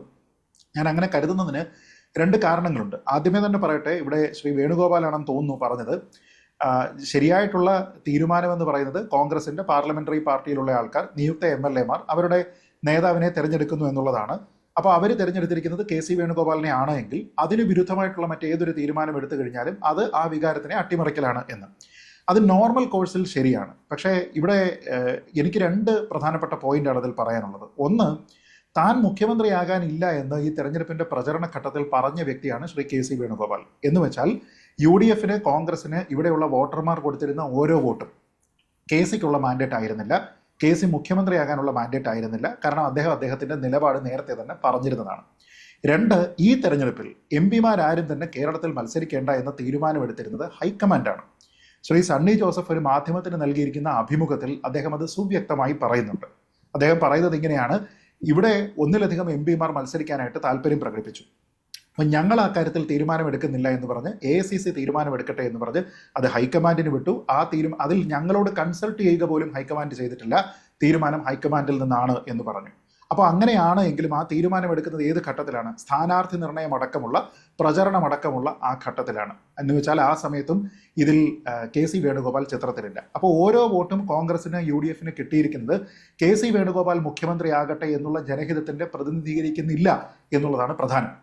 അപ്പോൾ എന്നിട്ട് പിന്നീട് കോൺഗ്രസിന്റെ നിയുക്ത MLA-മാർ എല്ലാവരും കൂടി ചേർന്നിട്ട് എന്നാൽ ആ മുഖ്യമന്ത്രി കെ.സി. ആയിക്കോട്ടെ എന്ന് തീരുമാനിച്ചാൽ അത് ജനഹിതമേ അല്ല എന്നുള്ളതാണ് വസ്തുത. ശരിക്കും എന്താണ് ആ ജനഹിതം? അല്ലെങ്കിൽ മറ്റ് സംസ്ഥാനങ്ങളിൽ നടക്കുന്ന ആ പ്രാക്ടീസ് എന്താണ്? തെരഞ്ഞെടുക്കപ്പെട്ടിരിക്കുന്ന MLA-മാർ, നിയുക്ത MLA-മാർ അവരിൽ നിന്നൊരാളെ തെരഞ്ഞെടുക്കുന്നു എന്നുള്ളതാണ്. അതാണ് ശരിയായിട്ടുള്ള ജനഹിതം. അതല്ലാതെ ഈ തെരഞ്ഞെടുപ്പിൽ മത്സരിക്കേണ്ട എന്ന് പറഞ്ഞുകൊണ്ട് MP-മാർക്ക് ഒരു അയോഗ്യത കേരളത്തിലേക്ക് മാത്രമായിട്ട് ഹൈക്കമാൻഡ് കൽപ്പിച്ചിരിക്കുന്ന ഒരു തെരഞ്ഞെടുപ്പിൽ എന്നാൽ കെ.സി. വരട്ടെ എന്നൊരു തീരുമാനം എടുത്തു കഴിഞ്ഞാൽ അത് ജനഹിതമാണ് എന്നെങ്ങനെ പറയാൻ കഴിയും? അപ്പോൾ ജനഹിതം ഇവിടെ നടപ്പാക്കുന്നു എങ്കിൽ ഈ തെരഞ്ഞെടുക്കപ്പെട്ടിരിക്കുന്ന ആൾക്കാരിൽ ഒരാൾ മുഖ്യമന്ത്രിയാകണം. അത് വി.ഡി. സതീശനായാലും കുഴപ്പമില്ല, രമേശ് ചെന്നിത്തല ആയാലും കുഴപ്പമില്ല. രണ്ടുപേരും രണ്ട് രീതിയിൽ അത് അർഹിക്കുന്നുണ്ടോ എന്ന കാര്യത്തിൽ തർക്കമില്ല. കെ.സി. വേണുഗോപാലിന് എന്തെങ്കിലും തരത്തിലുള്ള അയോഗ്യതയുണ്ടോ കേരളത്തിന്റെ മുഖ്യമന്ത്രിയാകാനെന്ന് ചോദിച്ചാൽ ഒരു അയോഗ്യതയും ഇല്ല എന്ന് തന്നെയാണ് എൻ്റെ അഭിപ്രായം. പക്ഷേ ഈ തെരഞ്ഞെടുപ്പിൽ അദ്ദേഹത്തിന്റെ അയോഗ്യത നിർണയിച്ചത് ഒന്ന് അദ്ദേഹവും രണ്ട് കോൺഗ്രസിന്റെ ഹൈക്കമാൻഡുമായിരുന്നു. അതിനെ മറികടന്നുകൊണ്ട് അദ്ദേഹത്തിനെ ഇവിടേക്ക് കൊണ്ടുവരാനായിട്ട് ശ്രമിച്ചു കഴിഞ്ഞാൽ അത് തീർച്ചയായിട്ടും ജനഹിതത്തിനെ അട്ടിമറിക്കുന്നതാണ് എന്ന് തന്നെയാണ് രേണു ഞാൻ കരുതുന്നത്. തീർച്ചയായും ആ മൂന്ന് പേരിൽ എന്റെ പേരങ്ങ് വെട്ടിയേരെ എന്നാണ് കെ.സി. വേണുഗോപാൽ മാധ്യമങ്ങളോട് പറഞ്ഞത്. അതെ, ആ വെട്ടിയ പേരാണ് ഇപ്പോൾ ഈ 10 ദിവസം കഴിഞ്ഞിട്ട് ഒരു തീരുമാനത്തിലെത്താൻ കഴിയാത്ത വിധത്തിൽ ഈ ചർച്ചകളെ വലിച്ചു നീട്ടിക്കൊണ്ടു പോകുന്നത്. ശ്രീ വസന്ത് തെങ്ങുംപള്ളി, നാളെ എന്തായാലും ഒരു പേര് പ്രഖ്യാപിക്കും. അങ്ങനെ വരുമ്പോൾ 2 പേരെ അനുനയിപ്പിക്കുക എന്നതാണ് ചെയ്യാനുള്ളത്. അങ്ങനെ 2 പേരെയും വിശ്വാസത്തിലെടുത്ത് ഈ ഒന്നാമനായി തെരഞ്ഞെടുക്കുന്ന ആളെ മുൻനിർത്തി ഭരണം ഉറപ്പിക്കുമ്പോൾ അല്ലെങ്കിൽ ഭരിക്കാൻ തീരുമാനിക്കുമ്പോൾ മറ്റ് 2 പേരെയും അനുനയിപ്പിക്കാനുള്ള ഒരു സമവാക്യം കൂടി രൂപപ്പെടുമെന്നാണോ താങ്കൾ പ്രതീക്ഷിക്കുന്നത്? അങ്ങനെ അവരെ കൂടി വിശ്വാസത്തിലെടുത്തുകൊണ്ടുള്ളൊരു തീരുമാനം ഉണ്ടാകാനുള്ള സാധ്യതയുണ്ടോ? അതല്ല എങ്കിൽ വലിയ രീതിയിലുള്ള പൊട്ടിത്തെറികളിലേക്ക് 11ാം ദിവസം മുതൽ കേരളം മാറിപ്പോകുന്നത് നമ്മൾ കാണേണ്ടി വരില്ലേ? എന്റെ രേണു, ഞാനൊരു കാര്യം ചോദിക്കട്ടെ. നിങ്ങൾ മാധ്യമങ്ങള് ഈ ചെറിയ ചർച്ചയൊക്കെ നടക്കുന്നില്ല എന്നൊന്നും ഞാൻ പറയില്ല, ചർച്ചകളൊക്കെ ഉണ്ടാവും. നിങ്ങൾ ഉടനെ അത് അങ്ങ് ഊതിപ്പെരിപ്പിക്കുകയാണ്. ഈ ദീപാദാസ് മുൻഷി കേരളത്തിലേക്ക് ടിക്കറ്റ് എടുത്തു എന്ന് നിങ്ങളോട് ആരാ പറഞ്ഞത്? ഞാൻ അവരുടെ ഓഫീസുമായി ചർച്ചയ്ക്ക് കയറുന്നതിന് തൊട്ട് മുമ്പ് സംസാരിച്ചാണ്. ദീപാദാസ് മുൻഷിയെ ഫോണിൽ കിട്ടിയില്ല. അവരുടെ ഓഫീസുമായി അവരുടെ പുറപ്പെടാൻ വന്നിട്ട് തിരിച്ചു പോയി എന്നാണ് കേൾക്കുന്നത്. കേരളത്തിൽ എത്താൻ പറ്റുമോ എന്നൊക്കെ ആളുകൾ ചോദിച്ചപ്പോ ആ പ്രതിഷേധം ഭയന്ന് യാത്ര മുടക്കി എന്നാണ് ഞാൻ കേട്ടത്. എന്ത് പ്രതിഷേധം? ഒരു മാധ്യമങ്ങളും വാർത്തയായി നൽകിയിട്ടില്ല. കേട്ടത് ഞാൻ ഔദ്യോഗികമായി പാർട്ടിക്ക് വേണ്ടി ഔദ്യോഗികമായി ദീപാദാസ് മുൻഷിയുമായി സംസാരിച്ചതിന്റെ പുറത്ത്, അല്ല അവരുടെ ഓഫീസുമായി സംസാരിച്ചതിന്റെ പുറത്തല്ലേ ഞാൻ പറയുന്നത്. അതിനേക്കാളും വലിയ ഏത് ക്രെഡിബിൾ സോഴ്സാണ് രേണുവിനോ ന്യൂസ് 18 ഉള്ളത്? ദീപാദാസ് മുൻഷി അങ്ങനെ ചിന്തിച്ചിട്ടില്ല. അപ്പൊ നിങ്ങൾ ഉടനെ ടിക്കറ്റ് എടുത്തു. ടിക്കറ്റ് വെറുതെ എടുക്കില്ല മാത്രമല്ല, ഇൻഡിഗോയിൽ B6 ഇന്ന ഫ്ലൈറ്റിന്റെ ഇത്രാമത്തെ നമ്പർ സീറ്റിൽ അവർക്ക് സൈഡ് സീറ്റ് കിട്ടിയില്ല എന്ന കണക്കിനൊക്കെ വാർത്ത കൊടുക്കുന്നത്. നാണോ അതില്ല നിങ്ങൾക്ക്? എന്തുതരം മാധ്യമപ്രവർത്തനം ഇത്? കേരളത്തിലേക്ക് വരുന്നു എന്നൊരു വാർത്ത കൊടുത്തിട്ടുണ്ട്. അതിനപ്പുറം കൊടുത്തവരുടെ കാര്യമൊന്നും എനിക്ക് അറിഞ്ഞൂടെ. എന്തായാലും പറഞ്ഞു തീർത്തോ? ഞാൻ ന്യൂസ് 18 ആർക്കൈവ്സ് എടുത്തു തരാം. ദീപാദാസ് മുൻഷി കേരളത്തിലേക്ക് ടിക്കറ്റ് എടുത്തു. 2, ദീപാദാസ് മുൻഷി ടിക്കറ്റ് ക്യാൻസൽ ചെയ്തു. എന്ന് വെച്ചാൽ നിങ്ങളെയാണല്ലോ, നിങ്ങൾ എന്തെങ്കിലും എയർലൈൻ ഏജൻസി നടത്തുന്നുണ്ടോ? നിങ്ങളെന്ന് ഞാൻ ചോദിക്കുന്നത് ന്യൂസ് 18 മാത്രമല്ല, മുഴുവൻ ചാനലുകളെ, മുഴുവൻ മാധ്യമങ്ങളും. നിങ്ങൾ ആരെങ്കിലും ഒക്കെ എന്തെങ്കിലും എയർലൈൻ ഏജൻസി നടത്തുന്നുണ്ടോ? നിങ്ങളെ വിളിച്ചാണോ ടിക്കറ്റ് എടുക്കുന്നത്? ചേട്ടാ, ഇപ്പൊ ഞാൻ ചോദിച്ച ചോദ്യത്തിന്റെ ഉത്തരവാണോ താങ്കൾ ഇങ്ങനെ പറഞ്ഞുകൊണ്ടിരിക്കുന്നത്? ഇവിടെ ഇ.ഡി. സതീശൻ മുഖ്യമന്ത്രിയായിരുന്നെങ്കിൽ പെട്രോൾ ഒഴിച്ച് ചാവൂന്ന് പറഞ്ഞ മനുഷ്യരെ, പ്രവർത്തകരെ നമ്മൾ കണ്ടതാണ്. അപ്പൊ ആ സാഹചര്യത്തെ കുറിച്ച് ചോദിക്കുമ്പോൾ താങ്കൾ കഴിഞ്ഞ ചോദ്യത്തിനും എന്റെ ചോദ്യത്തിന് അനുസരിച്ചുള്ള ഉത്തരം തന്നില്ല. ഇപ്പോൾ രണ്ടാമത്തെ ചാൻസ് ഇങ്ങനെ കളയുന്നു. തിരിച്ചുള്ള ചോദ്യത്തിൽ തന്നെ അങ്ങനെ ചോദ്യത്തിനുള്ള ഉത്തരമുണ്ട്. അതായത് നിങ്ങൾ മാധ്യമങ്ങൾ അറ്റവും മുറിയും കേട്ട് വാൽകഷ്ണവും കേട്ട് വാർത്ത കൊടുക്കുകയാണ്, പെരുപ്പിക്കുകയാണ്. ഞങ്ങൾ അറ്റവും മുറിയും വാർത്തയാക്കിയത് കൊണ്ടാണ് ഈ 10ാമത്തെ ദിവസവും വന്നിട്ട് നാളെ പറയാട്ടോ എന്ന് പറഞ്ഞിട്ട് തിരിച്ചു പോയത്. ഞങ്ങൾ അറ്റവും മുറിയും കൊടുത്തതുകൊണ്ടാണ് വസന്ത്. ശ്രീ വസന്ത്, ഒരു ചോദ്യം. 63 MLA-മാരെ ജയിപ്പിച്ചതാണ്. 10ാം ദിവസം വന്നിട്ട് നാളെ പറയാം. ഒരു ചോദ്യം, അതിനേക്കാൾ വലിയ വ്യാജമല്ലേ ഞാൻ ഇവിടെ മുഖ്യമന്ത്രിയാകാനില്ല എന്ന് പറഞ്ഞിട്ട് അവസാനം മുഖ്യമന്ത്രി കസേരയ്ക്ക് വേണ്ടി രംഗത്തുള്ളത്? അതല്ലേ കൂടുതൽ വ്യാജം? ഞാൻ ഉത്തരം പറയാം, നിൽക്കൂ. ഞങ്ങൾ പറയുന്നത് ഇപ്പൊ അങ്ങ് ചോദിച്ച ചോദ്യം അടക്കം, അത് എല്ലാവരും സമന്വയിപ്പിക്കണ്ട എന്ന് ചോദിച്ചാൽ 3 പേരെ വിശ്വാസത്തിൽ എടുക്കാനായിരിക്കും സമയമെടുക്കുന്നത്. 3 പേരുടെയും അഭിപ്രായങ്ങൾ കേൾക്കാൻ, അവരോട് താല്പര്യമുള്ളവരെ പരിഗണിക്കാൻ ഒക്കെ ആയിരിക്കും സമയമെടുക്കുന്നത്. ആ സമയമെടുത്ത് കോൺഗ്രസ് പാർട്ടി ഒരു തീരുമാനത്തിലേക്ക് എത്തും. 2, നിങ്ങളുടെ മുതിർന്ന നേതാക്കളെയാണ് റോഡിൽ തടഞ്ഞു നിർത്തി എന്തുകൊണ്ട് അങ്ങനെ വീടിക്ക് വേണ്ടി കൈപൊക്കിയില്ല എന്ന് ബെന്നി ബെഹനാൻ അതിന് മുന്നിൽ മറുപടി ഇല്ലാതെ നിന്ന് പരുങ്ങുന്നത് കണ്ടു. അവിടെ നിന്ന് രക്ഷപ്പെടാൻ വേണ്ടി അവസാനം ഒരു മറുപടി പറയുന്നുണ്ട്. VP സജീന്ദ്രനെ തടഞ്ഞു നിർത്തി പറഞ്ഞു. അങ്ങനെ എത്ര നേതാക്കളെ തടഞ്ഞു നിർത്തിയാണ് ആളുകൾ ചോദ്യം ചെയ്യുന്നത്. KM അഭിജിത്തിനെ തടഞ്ഞു നിർത്തി ചോദ്യം ചെയ്തു. എന്തിനാണ് KC-ക്ക് വേണ്ടി കൈപൊക്കിയതെന്ന് ചോദിച്ചിട്ട്. പുറത്തിറങ്ങാൻ പറ്റുന്നില്ല എന്ന് പറഞ്ഞ ലീഗ് MLA-മാർ ഇതൊന്നും കാണുന്നില്ല. ദീപാദാസ് മുൻഷിയുടെ ടിക്കറ്റ്, അതാണ് വസന്തിന് പ്രശ്നം. ഞങ്ങളുടെ നേതാക്കൾ തെരുവിലിറങ്ങി ജനങ്ങളുടെ ഇടയിൽ നടക്കുന്നവരൊക്കെയാണ്. അതുകൊണ്ട് ചിലപ്പോൾ അവരോട് അഭിപ്രായങ്ങൾ ജനങ്ങൾക്ക് പറയാൻ പറ്റുന്നൊക്കെ പറ്റും. അവർക്ക് എതിരഭിപ്രായം ഉണ്ടെങ്കിൽ ഞങ്ങളുടെ നേതാക്കളുടെ മുഖത്ത് നോക്കി പറയാൻ പറ്റും. അവരെ ചിലപ്പോൾ തടഞ്ഞു നിർത്തുന്ന സ്നേഹ വാത്സല്യത്താൽ തടഞ്ഞു നിർത്താനൊക്കെ ഉള്ള സ്പേസ് ഉണ്ട്. അല്ലാതെ പിണറായി വിജയനെ പോലെ അല്ല. നാല് ചുറ്റും തോക്കും ബ്ലാക്ക് ക്യാറ്റ് സുരക്ഷയിലൊന്നല്ല ഞങ്ങളുടെ നേതാക്കൾ നടക്കുന്നത്. അവര് റോട്ടി ഇറങ്ങി നടക്കുന്നവരാ. റോട്ടി ഇറങ്ങി നടക്കുമ്പോൾ ചിലപ്പോൾ അവര് ആക്സസബിൾ ആയിരിക്കും ജനത്തിന്. നാളെ രേണുവിന് കോൺഗ്രസിലെ ഏത് നേതാവിനെ ആക്സസബിൾ അല്ലാത്തത് പിണറായി എങ്ങനെ കിട്ടുമോ? പാർട്ടി സെക്രട്ടറി എങ്ങനെ കിട്ടുമോ? ഇല്ലല്ലോ. അപ്പൊ അത് വ്യത്യസ്ത അഭിപ്രായങ്ങൾ ഉണ്ടാവുന്നതിൽ എന്താ തെറ്റ്? പട്ടം താണുള്ള തൊട്ട് ഇങ്ങോട്ട് പ്രഖ്യാപിച്ചിരിക്കുന്ന കോൺഗ്രസ് മുഖ്യമന്ത്രിമാരിൽ ആരും ഒന്നാമത്തെ ദിവസം ഇന്ന ആളാണ് കോൺഗ്രസിന്റെ മുഖ്യമന്ത്രി കാൻഡിഡേറ്റ് എന്ന് പറഞ്ഞുകൊണ്ട് ഇലക്ഷന് ഈ സംസ്ഥാനത്തൊന്നല്ല ഈ രാജ്യത്ത് കോൺഗ്രസ് നേരിട്ടിട്ടില്ല. അതുകൊണ്ട് തന്നെ ഈ തെരഞ്ഞെടുപ്പിലും കോൺഗ്രസിന് ഒരു മുഖ്യമന്ത്രി കാൻഡിഡേറ്റ് ഇല്ല എന്ന് എല്ലാ നേതാക്കളും പറഞ്ഞു. അത് VD സതീശനും പറഞ്ഞു, KC വേണുഗോപാലും പറഞ്ഞു, രമേശ് ചെന്നിത്തലയും പറഞ്ഞു. അങ്ങനെ മുഖ്യമന്ത്രി കാൻഡിഡേറ്റ് ഇല്ലാതെ വരുമ്പോൾ സ്വാഭാവികമായും ഉയർന്നു വരുന്ന പേരുകൾ ചർച്ച ചെയ്യണം. 23-ാം തീയതി വരെ നിയമപരമായി ഡേറ്റ് ഉണ്ട്. അപ്പൊ നിങ്ങൾ പറഞ്ഞ പോലെ സമയം കഴിഞ്ഞു പോയി എന്നൊന്നുമില്ല.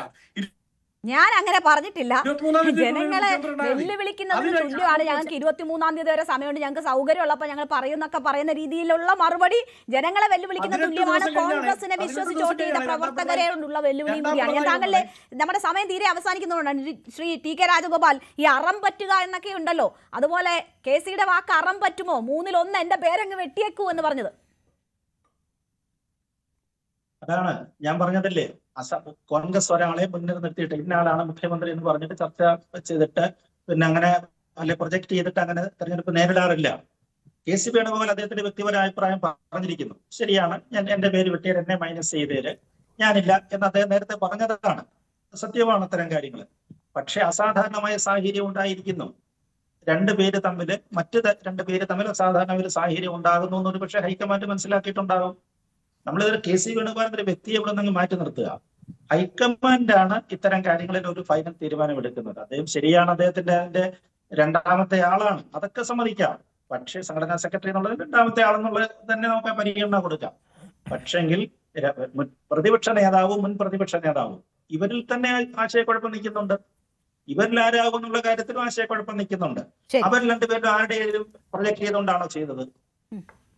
നമ്മൾ പറയുമ്പോൾ പ്രതിപക്ഷ നേതാവ്, നിലവിലുള്ള പ്രതിപക്ഷ നേതാവിന്റെ ഓട്ടോമാറ്റിക് ചാൻസ് ആണ് അദ്ദേഹത്തിന് മുഖ്യമന്ത്രിയാക്കണം എന്നുള്ള ഒരു കൺവെൻഷണൽ രീതിയാണ് നമുക്ക് വേണമെങ്കിൽ പറയാം. അത്രയേ ഉള്ളൂ. പക്ഷെ അങ്ങനെ ഉണ്ടെങ്കിൽ ആ ക്ലെയിം രമേശിന് അവകാശപ്പെടാവുന്നതല്ലേ? ശരി, അതിനപ്പുറം ഒരു സസ്പെൻസ് പ്രതീക്ഷയുണ്ടോ ശ്രീ എം എസ് വേണുഗോപാൽ? നമ്മുടെ 10 സെക്കൻഡ് മാത്രം നിയമസഭാ കക്ഷിയിൽ ഉള്ളവരാരാണോ അവരിൽ നിന്നാണ് തിരഞ്ഞെടുക്കേണ്ടത്. അത് ശരിയാണ്. പക്ഷേ ഈ MP-മാരും മത്സരിക്കേണ്ട എന്ന് പറഞ്ഞ ഹൈക്കമാൻഡിൻ്റെ പ്രതിനിധികളുടെ മുമ്പിലാണ് ഇവിടെ ഈ ചർച്ച നടന്നത്, ആര് വേണമെന്നുള്ളത്. അപ്പോൾ ഒന്നുകിൽ ഹൈക്കമാൻഡ് പറയണ്ടേ, അല്ലല്ല നിങ്ങൾ വേറൊരാളെ വെളിയിൽ നിന്ന് എടുക്കണ്ട, ഇപ്പോൾ ഇവിടെ ഉള്ളതിൽ ആര് വേണം എന്ന് പറയണമെന്ന്. അങ്ങനെ പറഞ്ഞിട്ടില്ല. അപ്പോൾ ആ സാഹചര്യത്തിലാണ് അതുകൊണ്ടാണല്ലോ ഹൈക്കമാൻഡ് ഇതുവരെ പ്രതിസ്ഥാനത്ത് അതുകൊണ്ടാണ് ഹൈക്കമാൻഡ് പ്രതിസ്ഥാനത്താകുന്നത്. ഹൈക്കമാൻഡുള്ള ഗൂഢാലോചനയാണ് എന്ന് പറയുന്നതിന്റെ കാരണം അതാണ്. അതെ, അതാണ് നമ്മൾ ഇത്രയും ദിവസം ചർച്ച ചെയ്തത്. എന്തായാലും ഇനി അവിടെ നിന്നൊരു പിന്നോട്ട് പോക്ക് ഉണ്ടായിട്ടുണ്ടോ എന്നതാണ് അറിയേണ്ടത്. എന്തായാലും VD സതീശനുള്ള സാധ്യതയേറുന്നു എന്നതാണ് ഈ സമയം നീട്ടി ചോദിച്ചിരിക്കുന്നതിൽ നിന്ന് മനസ്സിലാകുന്നതെന്ന് വരുന്നു. എന്തായാലും എന്താണ് തീരുമാനം എന്നറിയാൻ നമുക്ക് നാളെ വരെ കാത്തിരിക്കേണ്ടി വരും. വളരെ നന്ദി ചർച്ചയിൽ പങ്കെടുത്ത എല്ലാ അതിഥികൾക്കും. നമ്മൾ പ്രേക്ഷകരോട് ഇന്ന് ചോദിച്ച ചോദ്യം, മുഖ്യമന്ത്രിയെ പ്രഖ്യാപിച്ചാൽ കോൺഗ്രസിലെ കലാപം തീരുമോ എന്നായിരുന്നു. അതെ എന്ന് പറയുന്നു 69% പേർ, അല്ല എന്ന് പറയുന്നത് 27% പേർ മാത്രം. നിഷ്പക്ഷരായ അഭിപ്രായം രേഖപ്പെടുത്തിയത് 4% പേർ. ഇപ്പോൾ കേരളത്തിന്റെ അടുത്ത മുഖ്യമന്ത്രി ആരെന്നറിയാൻ നാളെ വരെ കാത്തിരിക്കാം. നാളെ പ്രഖ്യാപനം ഉണ്ടാകുമെന്ന് AICC വ്യക്തമാക്കി കഴിഞ്ഞിരിക്കുന്നു. ഇന്നത്തെ പ്രൈം ഡിബേറ്റ് ഇവിടെ പൂർണ്ണമാകുന്നു. നമസ്കാരം.